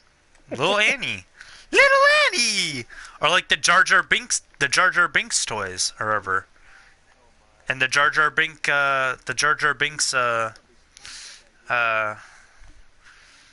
sippy cups. Actually, to be, I don't. There probably is, and I'm gonna look it up right now. Because if there is one, I'm gonna buy it, in spite of the Disney movies. Jar Jar Binks.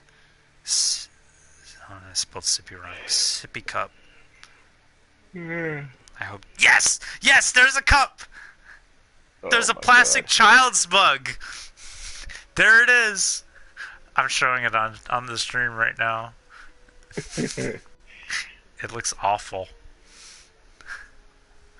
Oh yeah. There isn't a sippy cup like I imagined, but it's a mug.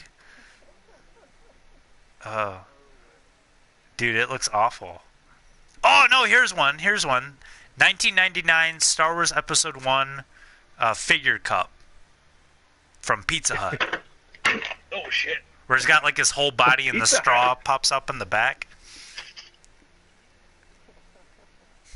Good lord.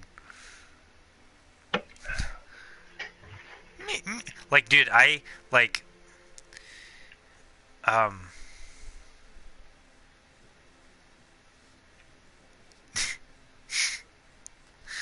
Yeah, I don't know. I just find it funny. Everybody shits on the prequels, and then like, oh yeah, we're gonna remember.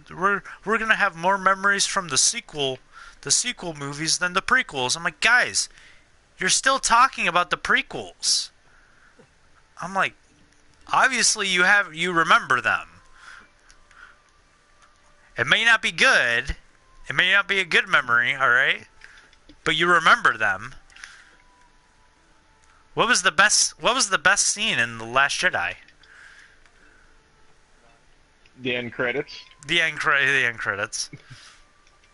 No, okay. Honestly, I'll take that back. I don't even remember a scene from that movie. I think the only scene I remember, honestly, is the scene with Mark Hamill sucking the tit on the big elephant creature with the blue milk. I will say, the one scene I thought was actually really well done and was pretty cool was when Holdo fucking lightspeed jumped through the Star Destroyer. That's don't even talk to me about that character, like, ever. No, I don't like the character, but that scene was cool. Just the way it was I don't mind the character. I've already talked to you about this movie, all right? I've already talked your ear off about this movie and how stupid this movie is. Oh, right? It's fucking retarded. It's so stupid. Like, I don't even hate that character. I don't care that her hair's pink. I don't care.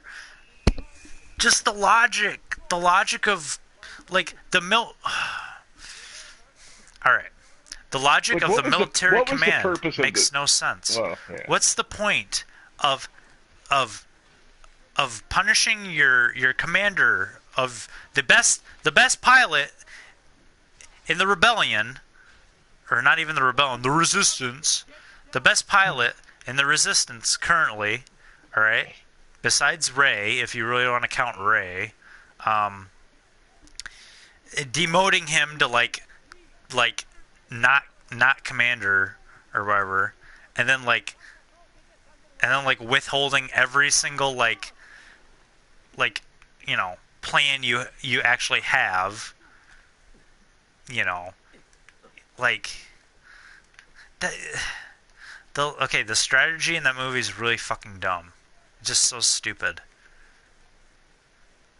I don't even want to buy that movie. I want to buy the movie just to point out how dumb the first like half of the movie is. The rest of the movie I don't even care about. Like, I don't care about Rey on the green milk man. I don't even remember half the stuff in that movie. I don't even know why they get like the Casino Zone mission. I don't care about. Yeah, like, I don't understand the point of the whole milk scene. Why that scene needed to be there. I mean, in a way, like, what they thought it was going to accomplish, other than people making fun of it for years to come. Like, I don't know. Probably just, for me, I can think, okay, reference to blue milk, and then also, but that's like Disney thinking, all right? That's like the Disney execs thinking. Like, oh, we gotta throw a reference in to like the blue milk that he used to drink on what was that planet? Dantooine? Yeah, a reference to Dantooine milk scene. All right. He didn't drink blue milk though. It was just regular milk. No. The Star Wars. I'm playing the Disney exec right now. Okay. We at Disney, we have hired a ton of actual Star Wars fans who've watched Star Wars for years, and they tell us that the milk was actually blue. All right. So and then they believe the stories of that being true, and so then they believe it's true.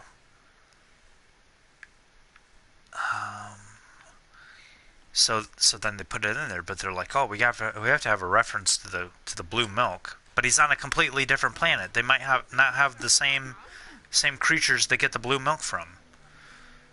And then they're like, oh, well, let's change it to green. You know, we'll reference it. But then for me, like if I was actually making the movie or whatever, I'd be like, oh, well, we got to show that, you know, Luke knows how to like survive on his own, you know, on this planet that he's been on, for years, you know. So we have to show that he can survive, and I think that's probably what they were thinking the whole time. It's like, oh, we have to show him surviving on this planet, or else the Star Wars nerds will get mad. Like, how did Luke survive on this planet for so long without any blue milk?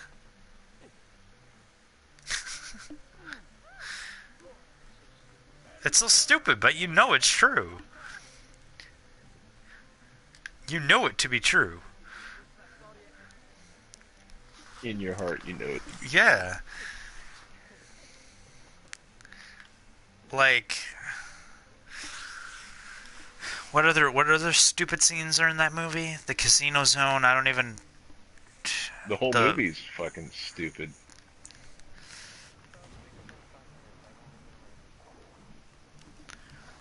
Casino Zone. What other movies are coming out or have come out that I've seen or have not seen? Most likely have not seen. Good movies? I haven't seen Deadpool 2. Good movies, bad movies. Deadpool 2 is probably the best one you haven't seen that I can think of off the top of my head.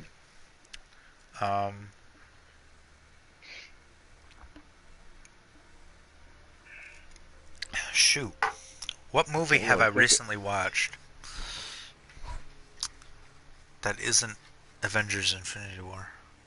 I'm kind of disappointed Thor didn't have his eye patch on the whole time.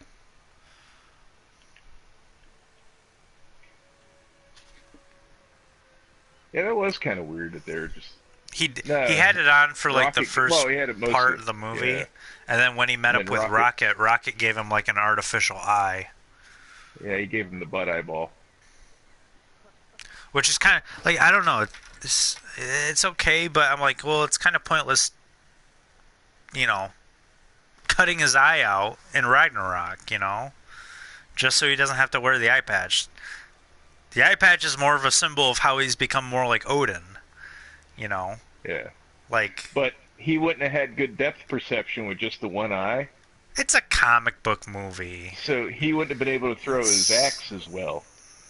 Oh, it's whatever. It's a comic book movie.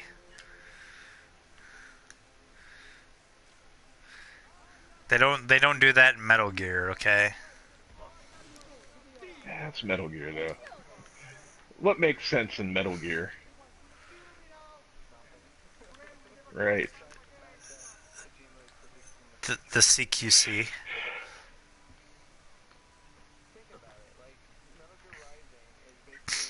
That wasn't Hideo Kojima, though.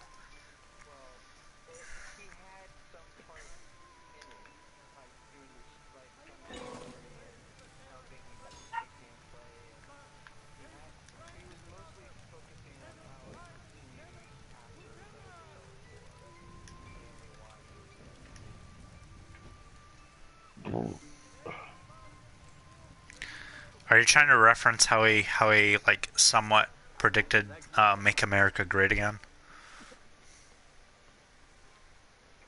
That's probably still the funniest part out of everything, is that reference to Metal Gear, when everybody was like making references to Donald Trump, like getting that from Metal Gear.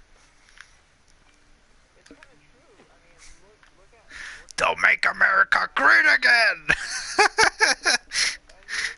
That dude roided up and stuff. Oh my god.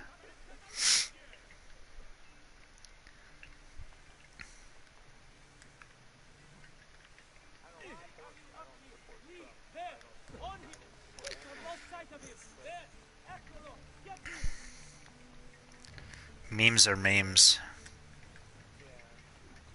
I'm just enjoying the trash fire of a show that we're getting from our government.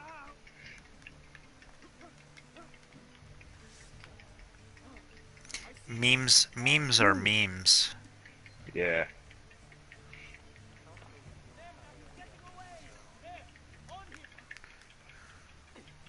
Part of me, like, I think I enjoy how much Trump pisses people off more than anything.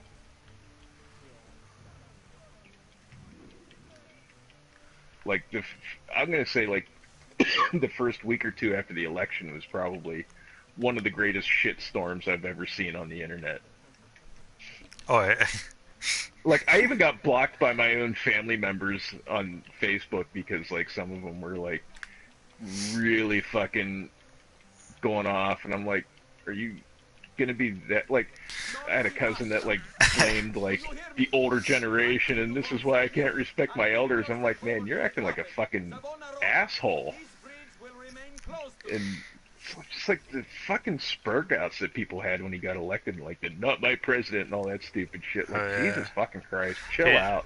Yeah, it's really funny. My mom is always posting on Facebook about Donald Trump nonsense or whatever. Like, not all the time, but her, like, when like some news feed pops up and it's about Donald Trump or whatever, the government, she's always like, she always calls him a Cheeto or whatever. I'm like, oh my god. What? I'm like, oh, because he's orange. Yeah, because he's orange or whatever. I'm like, oh my god, like, please don't do this. It's so stupid. And I always read it, and it's like, oh, fuck that Cheeto. Or wherever. I'm like, oh my god. But, like, so I think one day she was talking about, like, oh,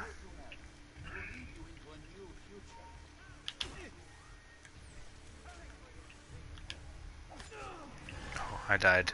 Oh my god. She was talking about, like, to whatever, elect the governor or something like that, or something stupid.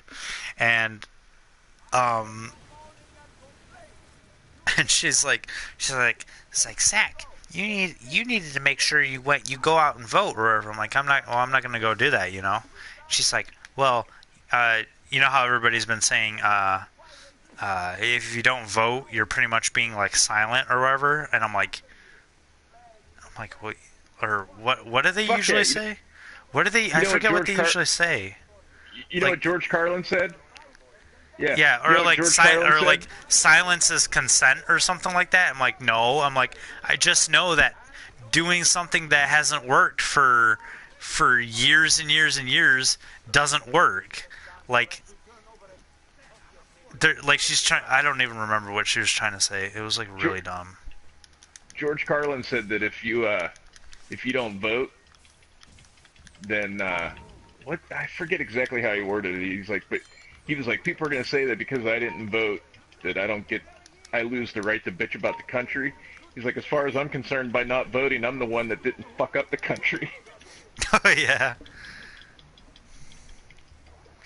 I'll have to find it and link it to you on Twitter. Like, he has I know there's a YouTube video of it from one of his stand-ups. It's an awesome rant about voting and everything like that.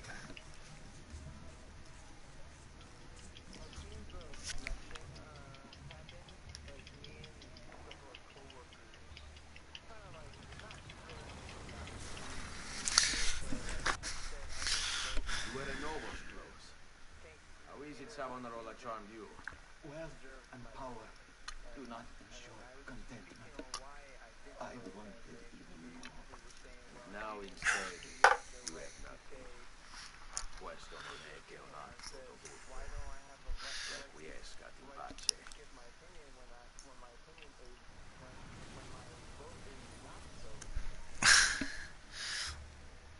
That's like the one thing. It was like everybody. So when that shit was going down, with all that stuff going down, I was still working in the kitchen. So half the kitchen, like one dude, like the head chef in the kitchen, was going to vote for Trump or whatever. The other guy didn't like Trump at all, and he was going to vote for Hillary or whatever, because he's like, "Ooh, how is he going to be like the president or whatever if he's doing blah blah blah blah blah and all that shit or whatever." And I'm like, or like saying, "Oh, well, he doesn't have any political experience or whatever," and all that. So they would usually, like, when they would talk about that shit, it would always usually end up in like both of them getting all pissed off or whatever and worked up. And I'm just like standing there, and I'm like, dude, I'm like the one dude who was gonna vote for Hillary was like, well, I don't like either of them, but I'm still gonna make a sensible vote and vote for Hillary. I was like, that's not voting. I'm like, and he's like, what? He's like, who are you voting for? I'm like, I'm not voting for either of them.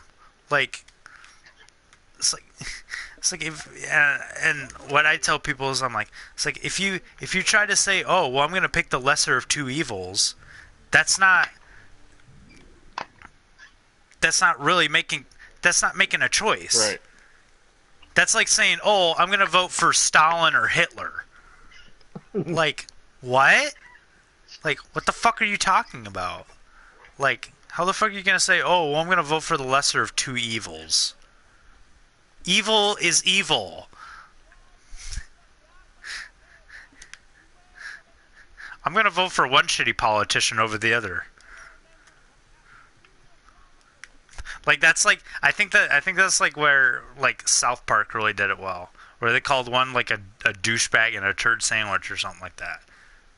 Like, they're both equally bad, but people are still gonna vote for either a turd sandwich or a douchebag. You know, like, yeah, okay, that's a great choice. You know, it's a great choice. You know, what's a springboard?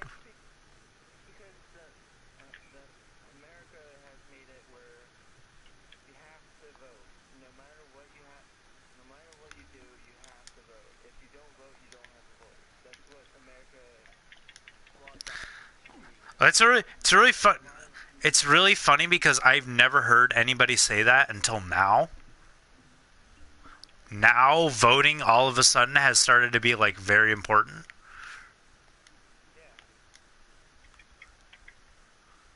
Because somebody nobody likes is in office, you know? I can't think of an election that had so much emphasis on, like, well, you have to vote regardless of whether or not you like either of the candidates. Like, I don't recall an election in my lifetime ever being like... I don't recall an election in my lifetime driving people into such a furor. Yeah.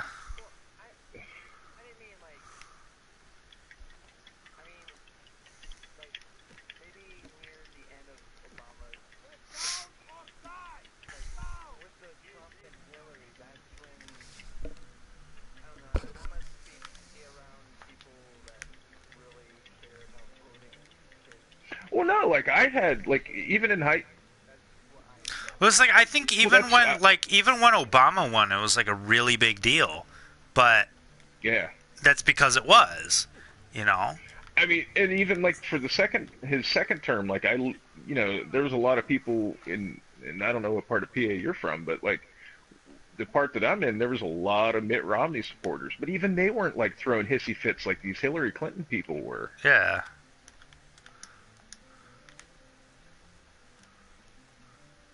I don't know. I mean, maybe... I mean, the only elections I really remember clearly are the Bush-Clinton, the Clinton-Dole, and then the... Fuck, man. I guess George W. and Al Gore, that election ruffled some feathers, but I mean, not like this one did. When was that? The George. I was Bush's first. Yeah, that was. You were probably like 5. Yeah, I don't. I remember. That would have been Bush and That would've been Rom. No, Bush and Kerry. I remember that one. I was in like this third. would've been- I was in third grade when that one was going on. So Yeah, no, it would have been the one before that, Bush and Gore, with the controversy of the Florida recount and shit like that. Oh yeah.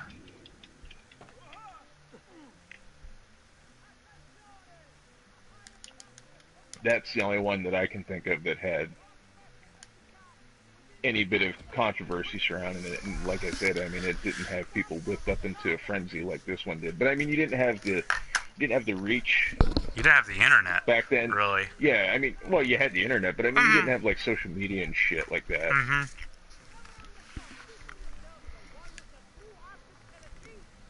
Like you might have had somebody bitching on their MySpace or something like that. I don't even know if MySpace was a thing back then. But like I remember my I think it was my typing teacher or whatever. Like he was like really invested in it, and like that every day he had the TV on, following the Florida recount and shit like that. But I mean, even then, he didn't like tell everybody to fuck off and go cry in a corner because his candidate lost or anything like that. It's just people were there's a lot of people that just, there's too much entitlement, and people were not used to failure, and they're not used to being told no and not getting their way. And I think that really showed with these people that got really fucking ass hurt with Hillary Clinton losing.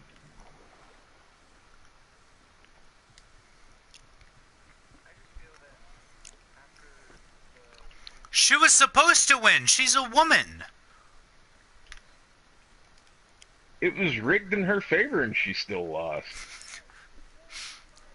Have you guys heard about the whole like Alex Jones thing now too? Getting kicked off of like everything on the internet. Getting kicked off of everything, and then Will Wheaton's like posting, "Oh, we need to kick Alex Jones off of Twitter." I saw that, and I'm like, dude, Will Wheaton, shut the fuck up. Guess who's not on Twitter? Dude. Yeah, Will Wheaton left Twitter. Thank God. Fuck him. Like, I didn't even, like, when I see Will Wheaton tweet something really fucking stupid, I don't even want to make reference to Star Trek.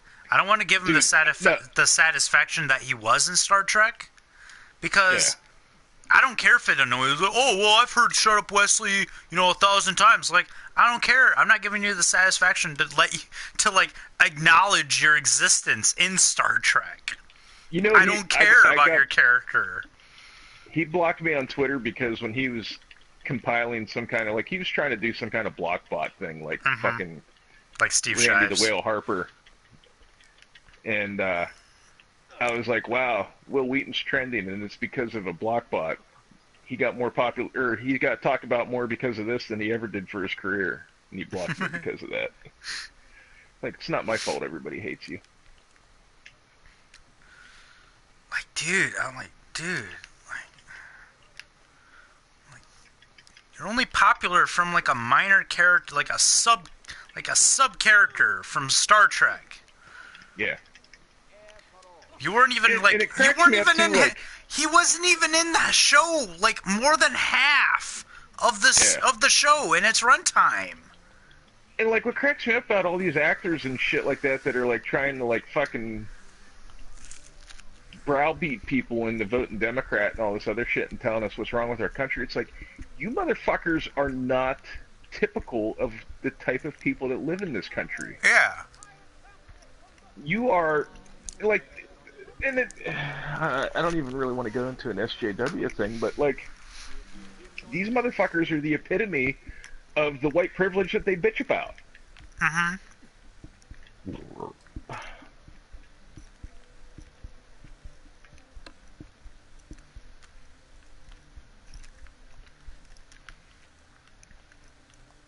Where am I supposed to put this bomb?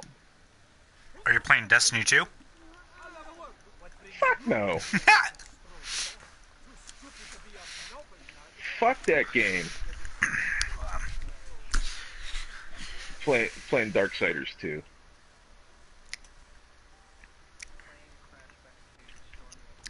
What's up, Cove? Listen, so I have a lot of issues with Destiny 2. And I'm going to explain those issues right now. First of all, the game is not rewarding in any way, shape, or form. At least the first one, like, it started off rough, but with the Taken King, you could spend an hour playing Destiny and have something to show for your time. Whereas Destiny 2, you can spend 8 hours playing and have jack fucking shit to show for your time. Yeah. And then on top of that, like, everybody's losing their mind about the Whisper of the Worm, and it's like, I am not grinding for a fucking gun that is exactly like a gun that I had to grind for 2 years ago. Mm-hmm. Like, quit giving me the same shit that I just used for 3 years. Give me something different. And then this whole thing with their fucking annual pass, and we're gonna kill one of the most... Don't even blow start. our load by showing you that we're gonna kill one of the most beloved characters in the lore. Fuck you. The character that we pushed the shit out of during the advertisement of our game. Yeah. The only one that anybody actually liked. The only character that has a real personality.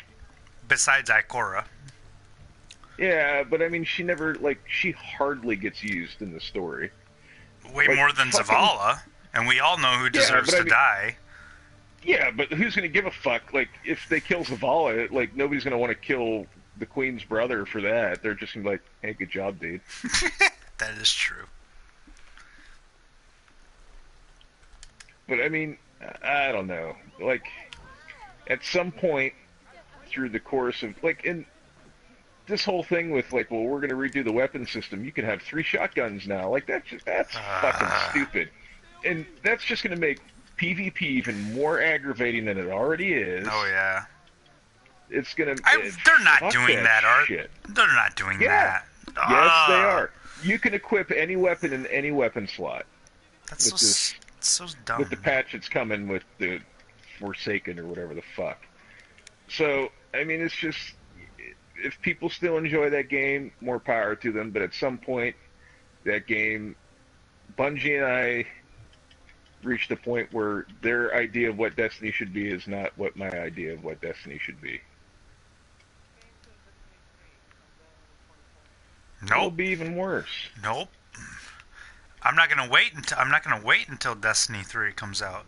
I'm not gonna even buy Destiny 3 when that comes out. Hopefully by then Borderlands 3 comes out, and I won't ever give a fuck about Destiny again. Yeah. Dude, what's this shit? Speaking of Borderlands, what the fuck is this shit about Anthony Birch being like some kind of fucking sexual abuser and shit like that? Like, did anybody else hear about that? No. Anthony Birch, the guy. I didn't know. He's the dude that. He was the main writer for Borderlands 2. Him and his sister did the Hey Ash, What You Playing? His sister does the voice of Chloe Price in Life is Strange, and she's done voices in a bunch of other shit too. I have no clue. I have not heard of that. Like, I can't find any like solid. Like, I've seen like 1 or 2 tweets talking about that Protein Pill guy. Mm-hmm. Made a couple tweets talking about it, and like I can find some vague shit, but I can't find anything like concrete, and I'm like, what the fuck? He's another dude that like, he went like hardcore SJW because he was gonna like, he actually apologized because people were like, we think Tiny Tina's racist, and he's like, well, I'll rewrite all the dialogue and have them change it if you really feel that way. It's like, oh, don't be a fucking ass. Just leave the shit the way it is. She's not racist. Then he got cucked because he let his wife fuck other... Him and his wife were going to be swingers, and she ended up fucking other people, and he just, like, sat at home and masturbated all day. My God. Then, when he quit Gearbox, he was, like... Made, like, this big Twitter announcement that he left Gearbox and shit, and I was like... I think I said something like... Good, now get the fuck off my planet, or something like that, or... I forget what it was, but I went at him hard because I hate his fucking guts.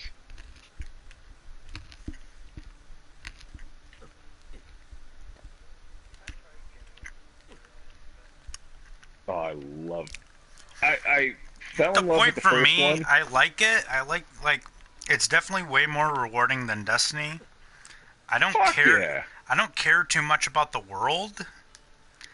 Like I don't know. I like the world. I like Destiny's lore way better, but that's just me.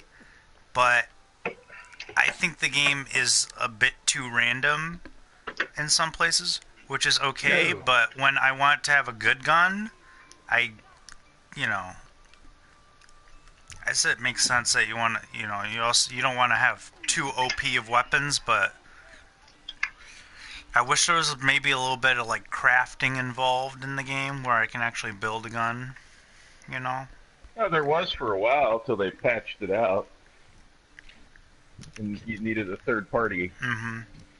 program to do it. But I mean, that was the problem. I mean, if they put that in Borderlands 3, then I'm on board. But that's the one thing that kills it for Borderlands 2 is that it's like super super random. Yeah, well, the randomness doesn't bother me. What bothered me is like they got really nerf happy on some stuff, like when the B shield stuff was going on. It's like, who the fuck cares? Like it's not like Destiny where you're taking your shit into a PvP environment. So Yeah. if the B shield lets you kill Terramorphous in like 6 seconds, who's that hurting? It's not.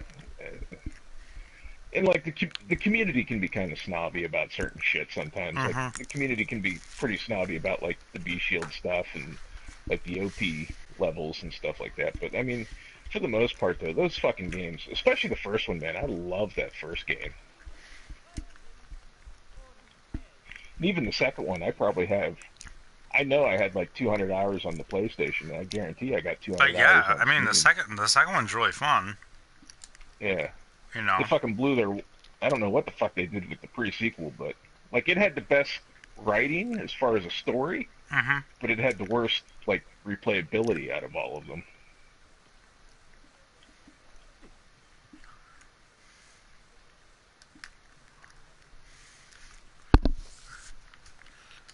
I don't know. I do like.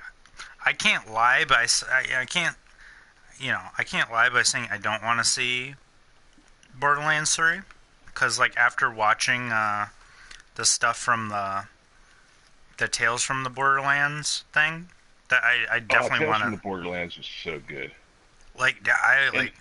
I'm not even into those types of like the Telltale games, but I just went on YouTube and watched like the cutscenes for it, and I'm like, dude, this is like really good. Like, yeah, I want to see. I want to see Borderlands 3 now. It was a PlayStation Plus game, and I downloaded it. And I'm the same way. I'm not big on the Telltale games, but I was like, you know what? It's free, and I like Borderlands. And it was awesome. Like, I hope those characters show up in Borderlands 3.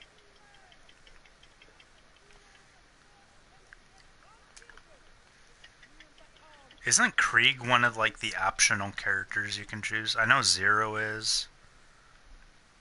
In Tales from the Borderlands? Yeah. Zero shows up. I don't remember Krieg showing up. I thought there was like some... like at the end there's like... use... When you fight the giant robot thing or whatever, there's like a couple characters that you can unlock through just from playing the other games or something like that. Or like stuff within the story that you can do. There's certain things you can... There's certain things that like... If you make certain choices during the game, like certain characters will show up at the end. Yeah. I can't remember what all characters it was. I know Zero was one. I don't know if Lilith was one or not. Lilith and Roland. Or no, Roland would have been dead by that point. I can't remember. I'll have to go back and play it again.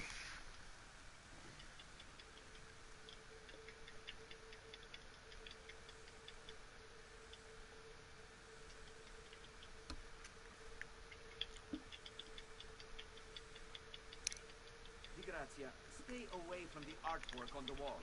Man, and I don't know why, but I started playing Skyrim again. Oh yeah. like, I don't know, I guess because on PC, since you can install so many mods, it's not, like, quite the same game, but... Hold on, I'm looking at it. Springs Zero.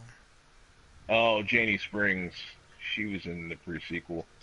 She was the one that had to tell you she was gay every fucking 20 minutes. Claptrap. See, there's one that says... There's, like, unknown character or wherever. Where it has, like, 3 different characters. It looks like Lilith's one of them. Looks like Krieg's, like, the middle one. And then there's one character at the bottom. I have no clue who that is.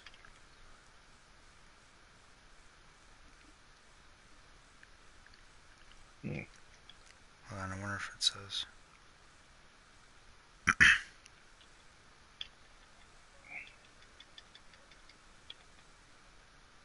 Or is like a mysterious vault hunter.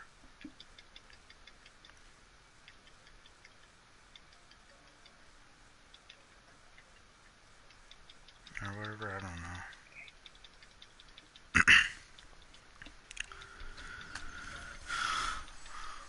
What other followers at now, dude? I don't even know. I don't know. What? I put Road to 100 Fuck you. followers. 97 followers.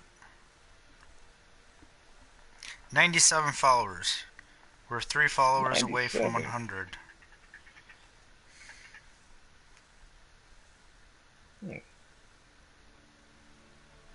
I think I followed you. Ghost Dragon 1182. Thank you for the follow.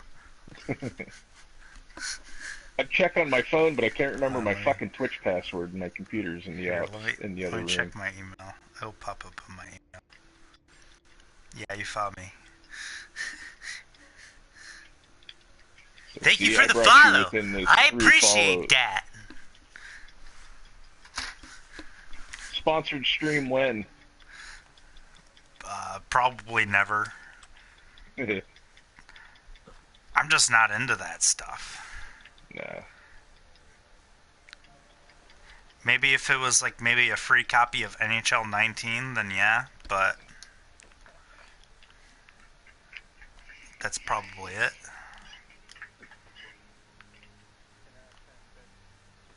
Best hockey game ever. Isn't it like the only hockey game for current consoles? Yep, pretty much. I played the beta for 19. It was actually pretty good. It was really fun. But I'm a big NHL player, so. Dude, you know what? Did you see that announcement that Diablo 3 is coming to the Switch? I think I just saw something about that on my email. Everybody bags on Bethesda because they put like Skyrim on everything, but Diablo 3 is on PC, PlayStation 3, Xbox 360, the PlayStation 4, the Xbox One, and now it's on the Switch. And it's an older game than Skyrim. Isn't No, wait, no, is it? Never mind, it might not be, because I think Diablo 3 was 2012. Skyrim was, what, 2009? 2011. So, they're close. I don't know.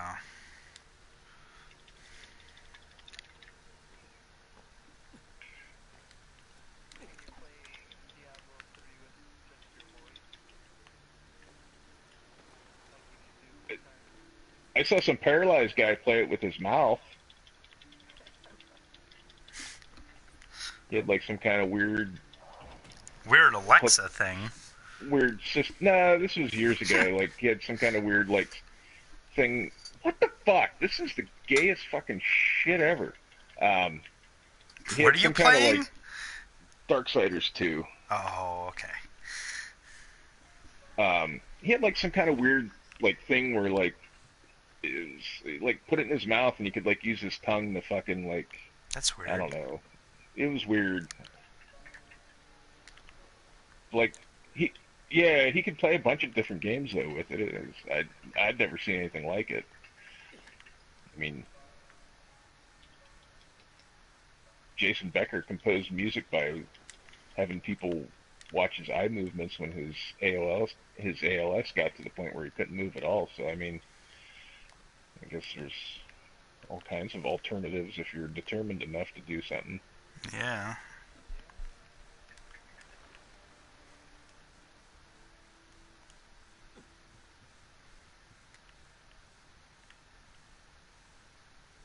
I couldn't imagine playing Diablo with my tongue though. That'd be a lot of clicking. More like a lot of licking.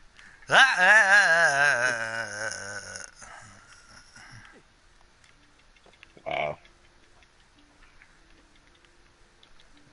I'm the most prolific comic on the Twitch.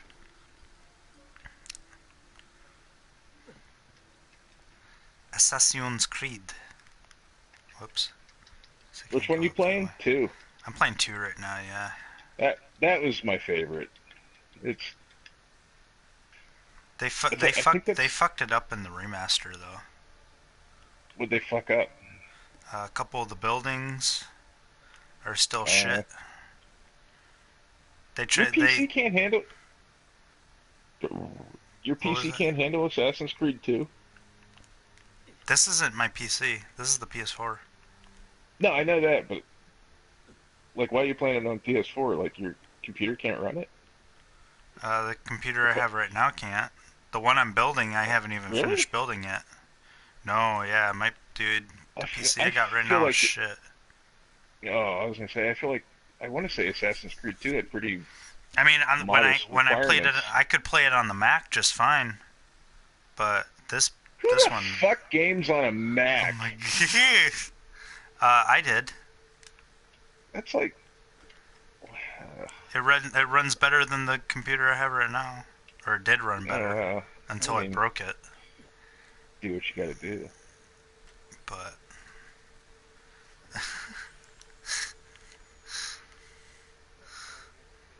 Macs are not meant for gaming. No, that's not. why I didn't play like super needy gaming games. Gaming games? Yeah, gaming games. Gaming games. I mainly just played Gmod. Where am I going? I think I went the wrong way. Whoever came up with these puzzles where it's like you must find this giant ball and roll it into this hole is a fucking douchebag. That sounds like a Darksiders game. Yeah. And like, I think like every Zelda game since Ocarina of Time also. Don't you beat Ocarina of Time? No, because there's no A after the O. Ocarina? Wait, he actually said it like that? I was just making fun. I've heard a lot of people. Oh, really? I've heard a lot of people say Ocarina. I think Matt Pat says Ocarina, but he's a fucking turd too. It's Japan. It's Japanese. You have to say it like the Japanese. Ocarina.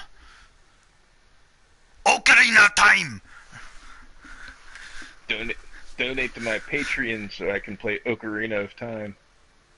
Ocarina of Time.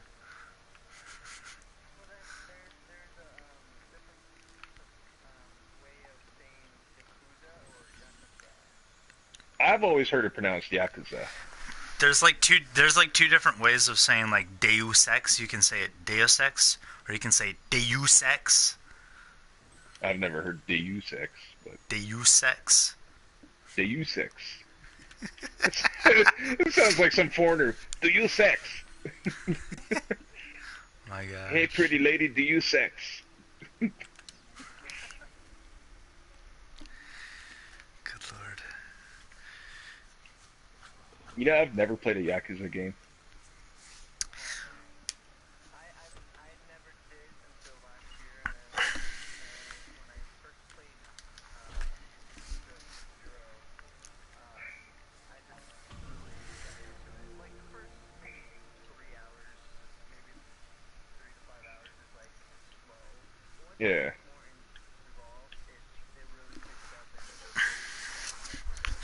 See, I have a hard time with those, like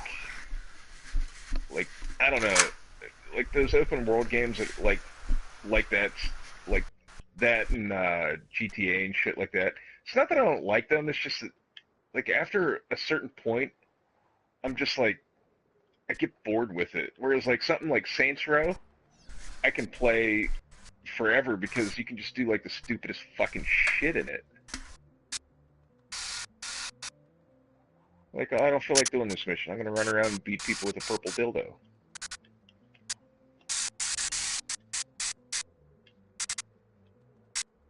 You spray painting something?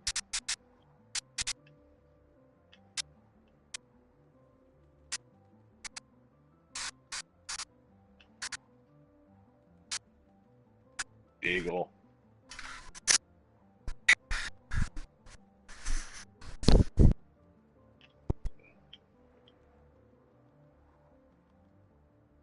Eagle.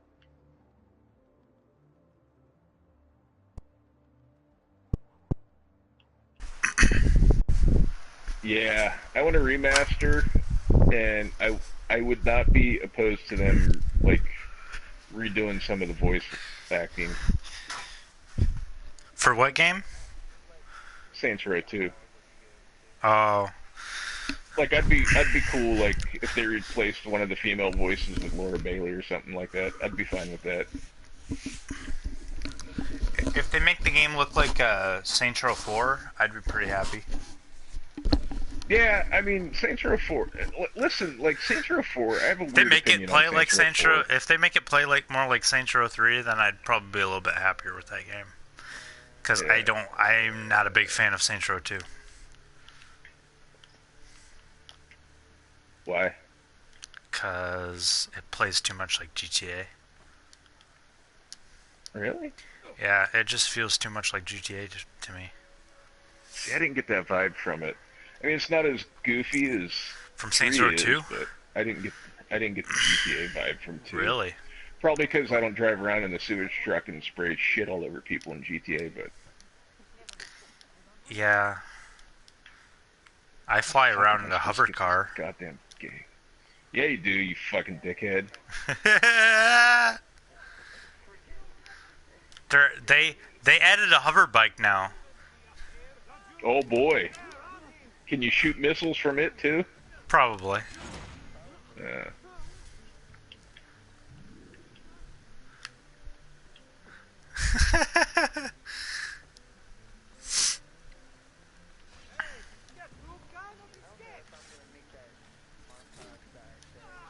Oh yeah.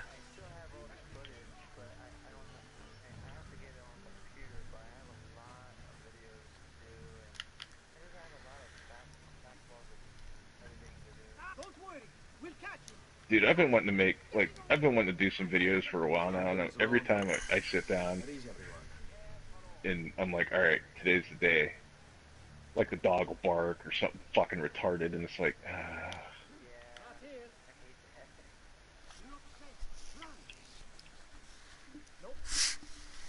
like the walls in my house are just like paper thin. I almost need like an off-site office. Somebody farts like 5 rooms away and you hear it on the microphone.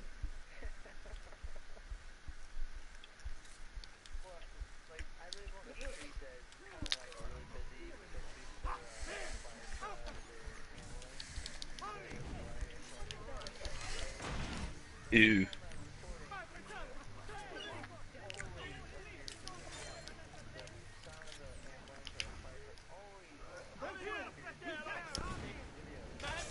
Yeah.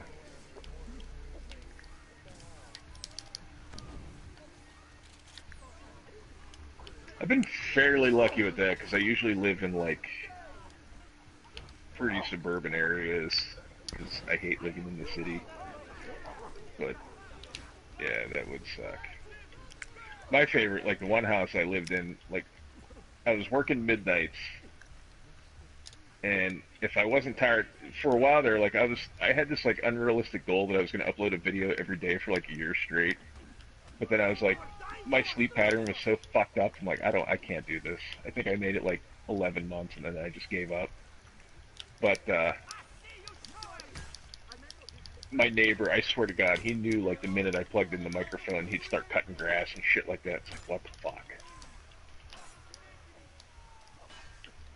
But I did pretty good for a while there because I had a pretty good routine. I'd come home from work at like 8 in the morning, and like on Sundays, what I'd do is I'd just marathon like playing a game or something like that, and then I'd edit all my footage after work during the week and upload a video. But then I was just like, I don't know, I realized I'm not like, I didn't even like saying, like, I couldn't even call my shit like Let's Plays. I just didn't feel like I was a Let's Player, because I just like, it was basically footage of me playing a game talking about stupid shit. And I'm like, I don't think this is for me.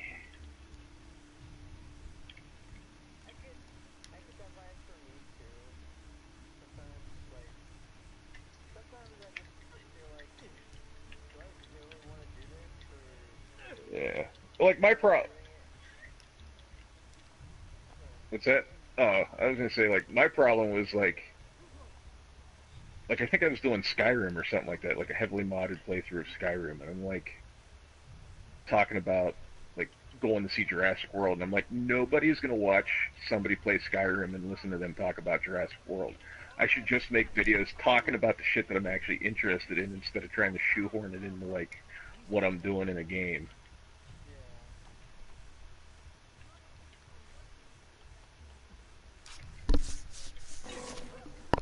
Oh, I keep breaking my armor. You don't have the Altair armor yet? How far into it are you? Right now I'm at the Bonfire of the Vanities DLC.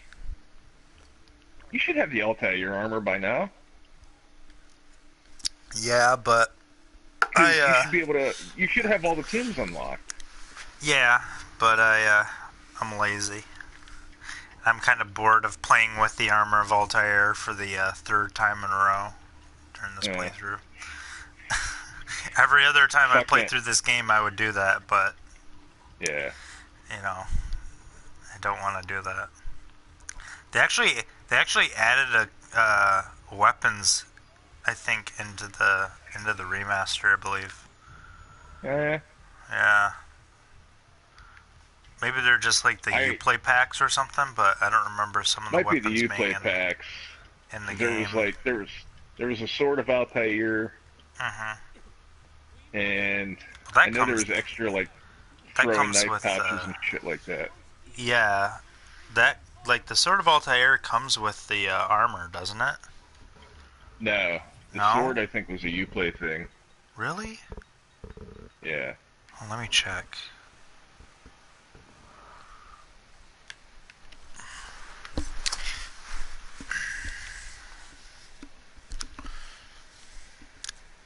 Deus Ex.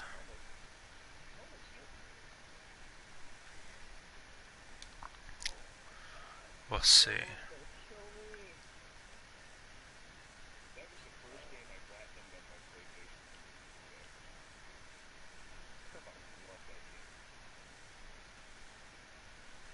Oh, okay. So there's there's two different packs. So it adds 3 Templar weapons in Assassin's Creed 2 and the Medici cape in Brotherhood. And then Foreign Supply Pack 2 adds 3 Mystic weapons in Assassin's Creed 2 and the Venetian cape in Brotherhood.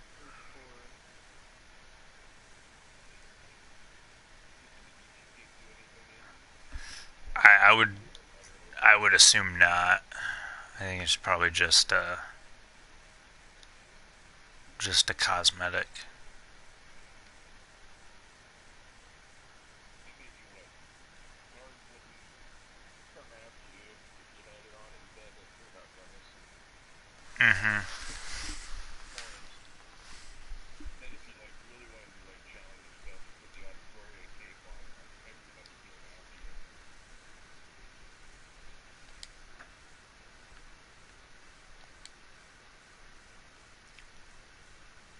You need the Master Assassin badge to get this reward.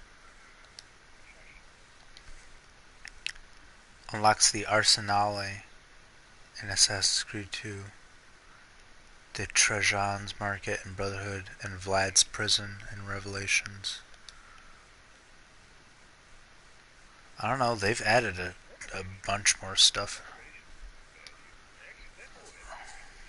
Yeah. I despise Revelations. I don't know. It's just the way they did Desmond's story and Ezio and the tower defense addition to the game.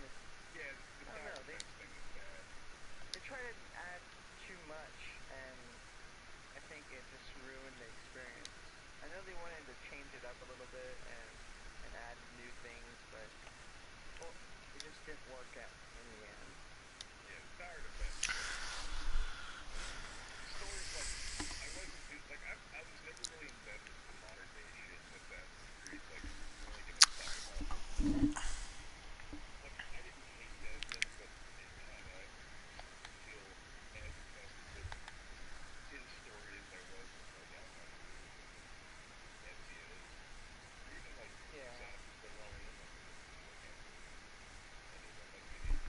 I have to do that? Wow.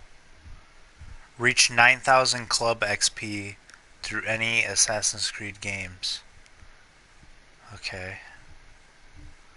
I hope that's like... Yeah. 9,000 Club XP? What? It's like it's like a... It's like... I don't know. It's like badges or whatever they have in this game.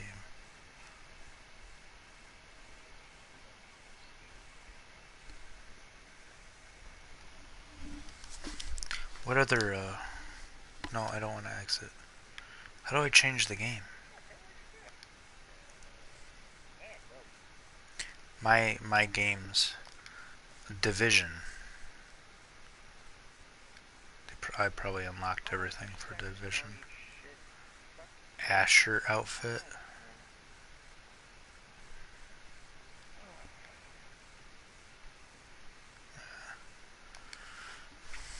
Nothing interesting in the Division one. Assassin's Creed Unity. 27 rewards available. That was hard to do with just by yourself. Oh man. I played that one all by myself.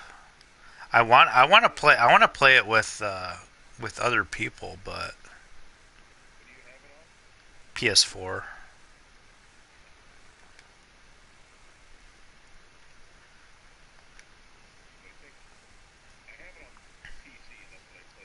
Mhm. I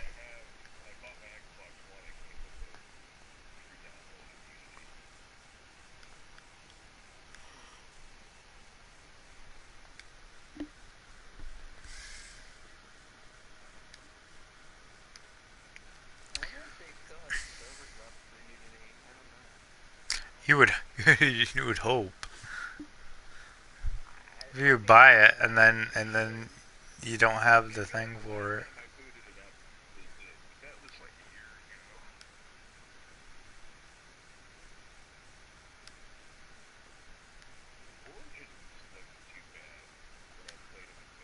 Uh-huh.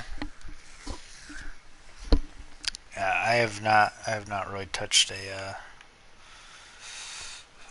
Assassin's Creed game. Really. Besides the Ezio trilogy. Syndicate wasn't bad. The combat was pretty cool in Syndicate. I think I like the like climbing and movement in Unity and Syndicate more than I do in Origins because it's more in Unity it was more flow, like the movement was you're just constantly going. In Origins you're going, but then you have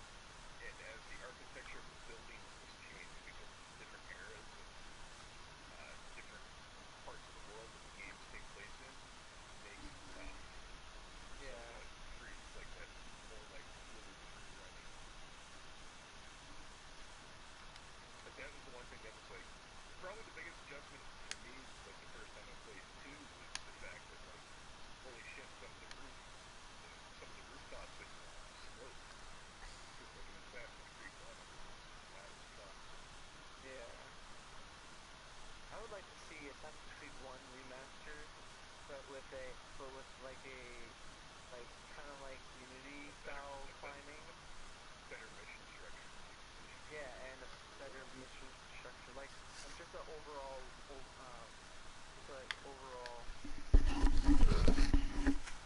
redesign like how the game is structured and add a little extra things in the game as well. Yeah, because like even the stuff they added to the PC release, like it's still repetitive as hell.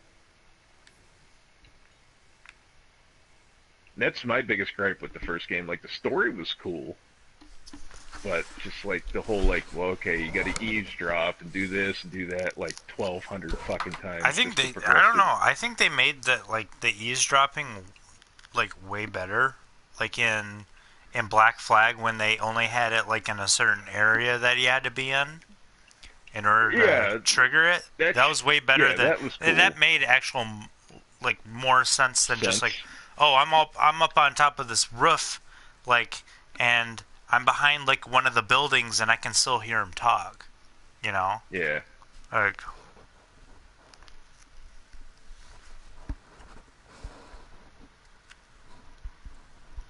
I'm gonna sit on a bench that's 4 blocks away from the guy that I'm supposed to be eavesdropping on and still hear what he says.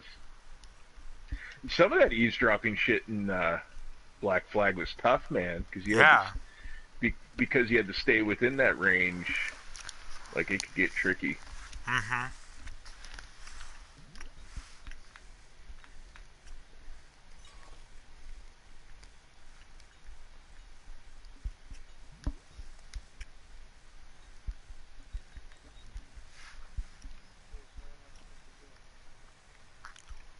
I was just thinking the same thing. Well, no, I'm playing Origins right now, and I'm on a mission, and it told me to follow the prisoners, but then it just didn't trigger what I'm supposed to do. I'm like, what do you want me to do here?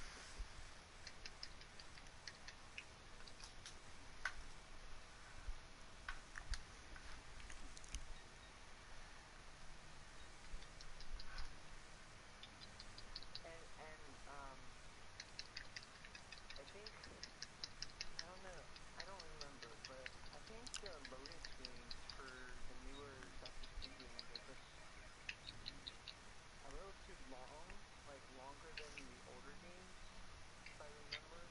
Well, they're loading in a lot more data too. Yeah. Loading? Wow.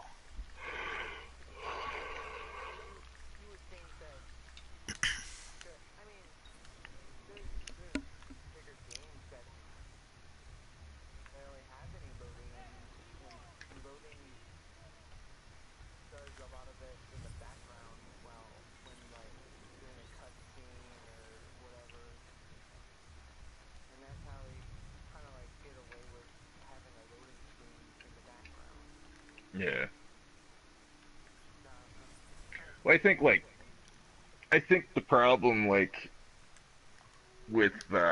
like the newer Assassin's Creed games when it comes to the loading times is like instead of like in Assassin's Creed 2, like you had Florence, Forlì, Monteriggioni, Venice, you know, you had these little pockets of Italy that you were going through, whereas like with Origins or Syndicate, like Syndicate's basically loading in all of London, and like Origins loading in like half of Egypt.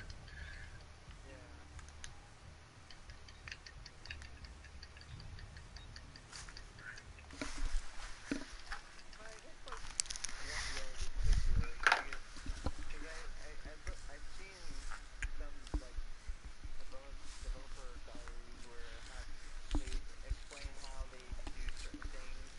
Like everything you see in front of you is what you see. Everything that's behind you is still loading. Yeah. So whatever you see is already loaded, and then when you turn around the camera, it's loading in while you're turning. But it loads so fast that you shouldn't see any like stuff. Shouldn't have any like pop in or yeah. Yeah. Assassin's Creed 2 is bad with that. Like you didn't have pop in so much, But like as you walked around, like you could see the grass like loading in front of you.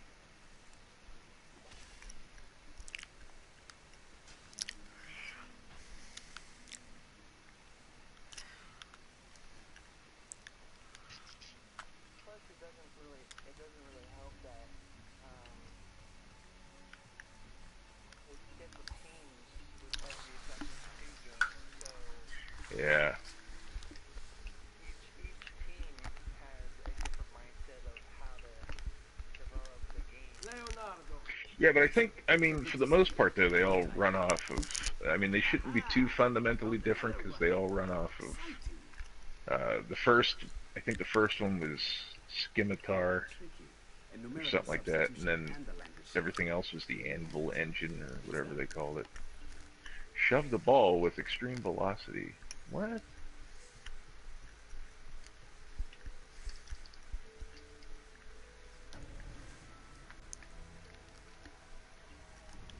I'm the Horseman of Death, and I can't push a ball up a hill.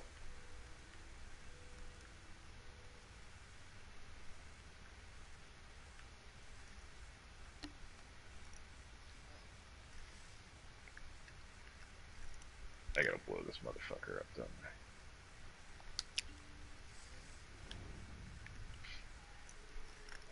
And for Origins, I hate the fact that they took away your ability to sprint. That they automatically sprint for you. I'm like, sure. Mm, I like that. Like in um like in Unity where they take that away. I like that better.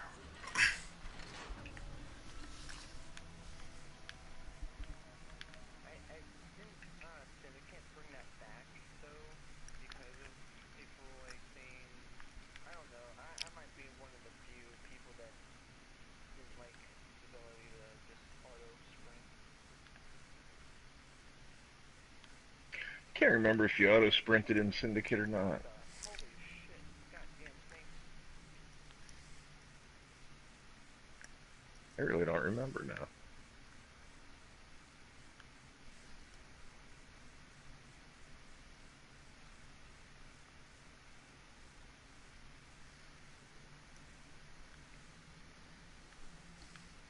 Can I put two of these things on here?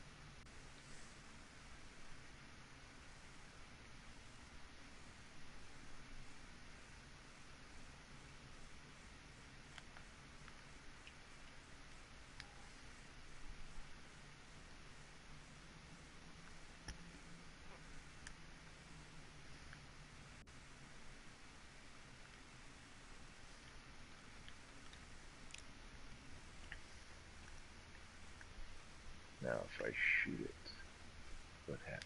Like, I'm still getting used to, even though Really? I should have been used to it by now since I completed Origins. But I'm still trying to get used to how the controls are. And I'm so used of the older games or how Syndicate and Unity played. Yeah. That's the one thing I hated about those games is like they'll change just enough that like you can pick it up and you're like, okay, this is familiar. But they'll change like one button or something stupid like that and it's like, fuck. Yeah. Why did you do that?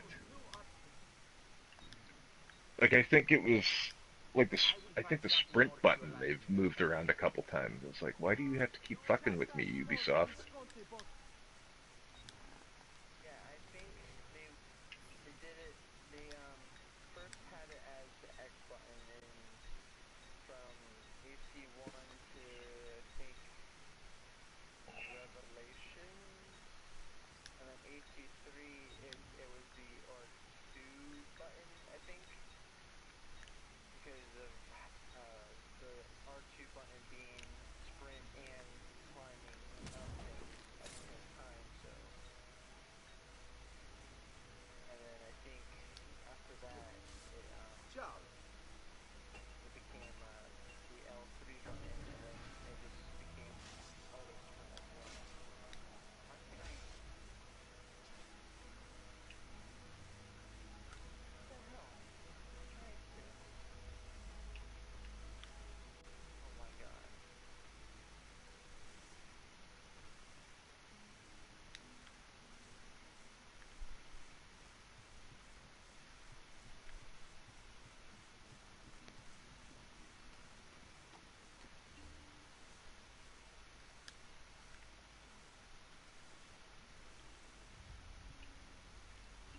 Ooh, I got new Skype. Like,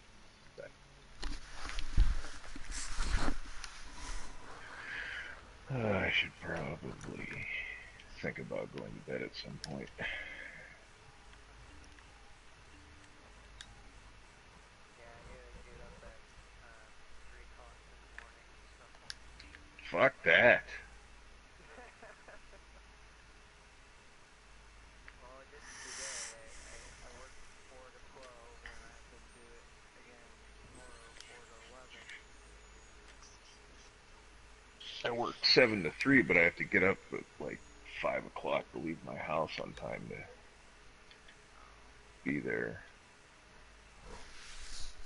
Yeah, like a. I only live 20 minutes away, like walking, so. Oh, I got like a 40-minute drive.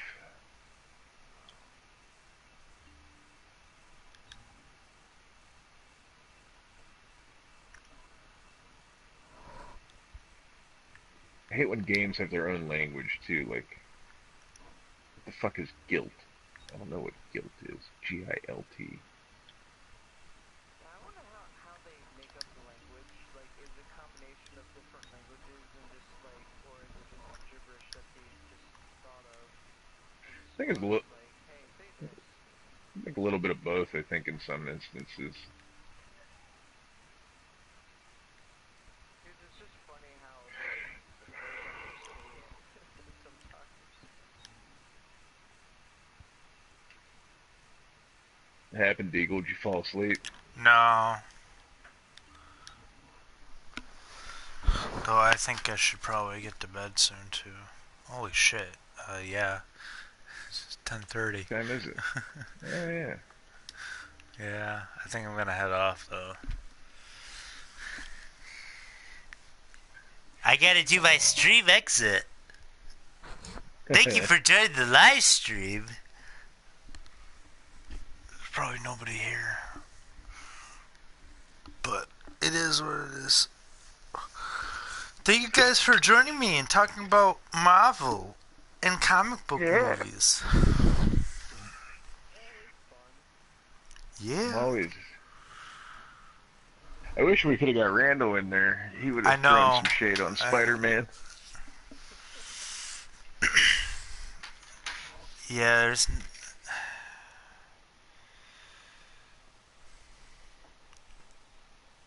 Get him going about the Flash. The Flash? Yeah. Oh, he hates the Flash.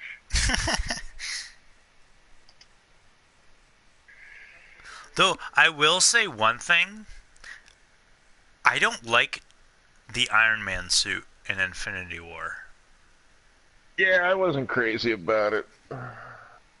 Like, the one in Civil War was good. Like, it still looks like it's Iron Man, but in this movie it looks like... I don't know. It's okay. Yeah. It just doesn't look like as it looks really futuristic, but like too futuristic almost. Yeah, well, a little too futuristic. Whereas like Rhodey's armor is like big and bulky, but that's his character. But it still looks, you know.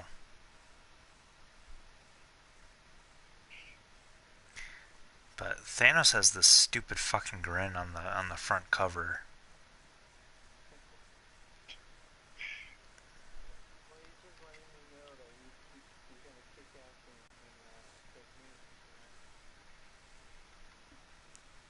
I just think it's funny that, like, the biggest badass that they've had to encounter is motion captured by a guy that's, like, 5'9".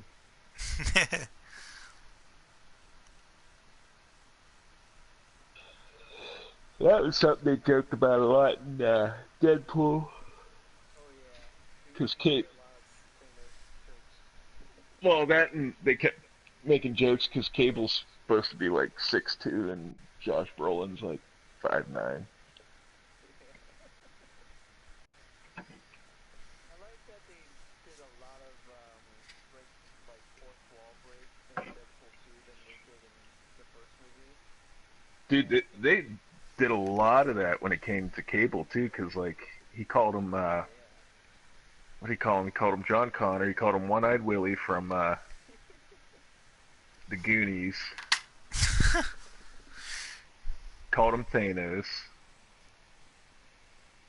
I would have loved to see in the movie from the trailer that they did with the green screen. I would have loved that scene in the movie. Like just stop the entire movie just to show how this is a CGI arm and like that would I would have cracked up laughing. That would have been funny. Yeah. I'd like to see the Like a silly scenes like I'd like to see the motion capture they did for the Colossus Juggernaut fight, because they said they had actual actors doing mocap for that fight. yeah, and you learn that actually Ryan Reynolds does the voice for Yeah, because it's real. Like at first I didn't catch it. Like when the first time I saw the movie, like the first couple lines he speaks, like it doesn't sound like him. But when Colossus breaks his finger and he's like, "You call me motherfucker," like it's very clearly Ryan Reynolds there, and I'm like, huh. All right. I'm gonna go. Okay, I think I'm gonna do the same. I will talk to you guys later. All right, man. It was fun. Talk to you guys later.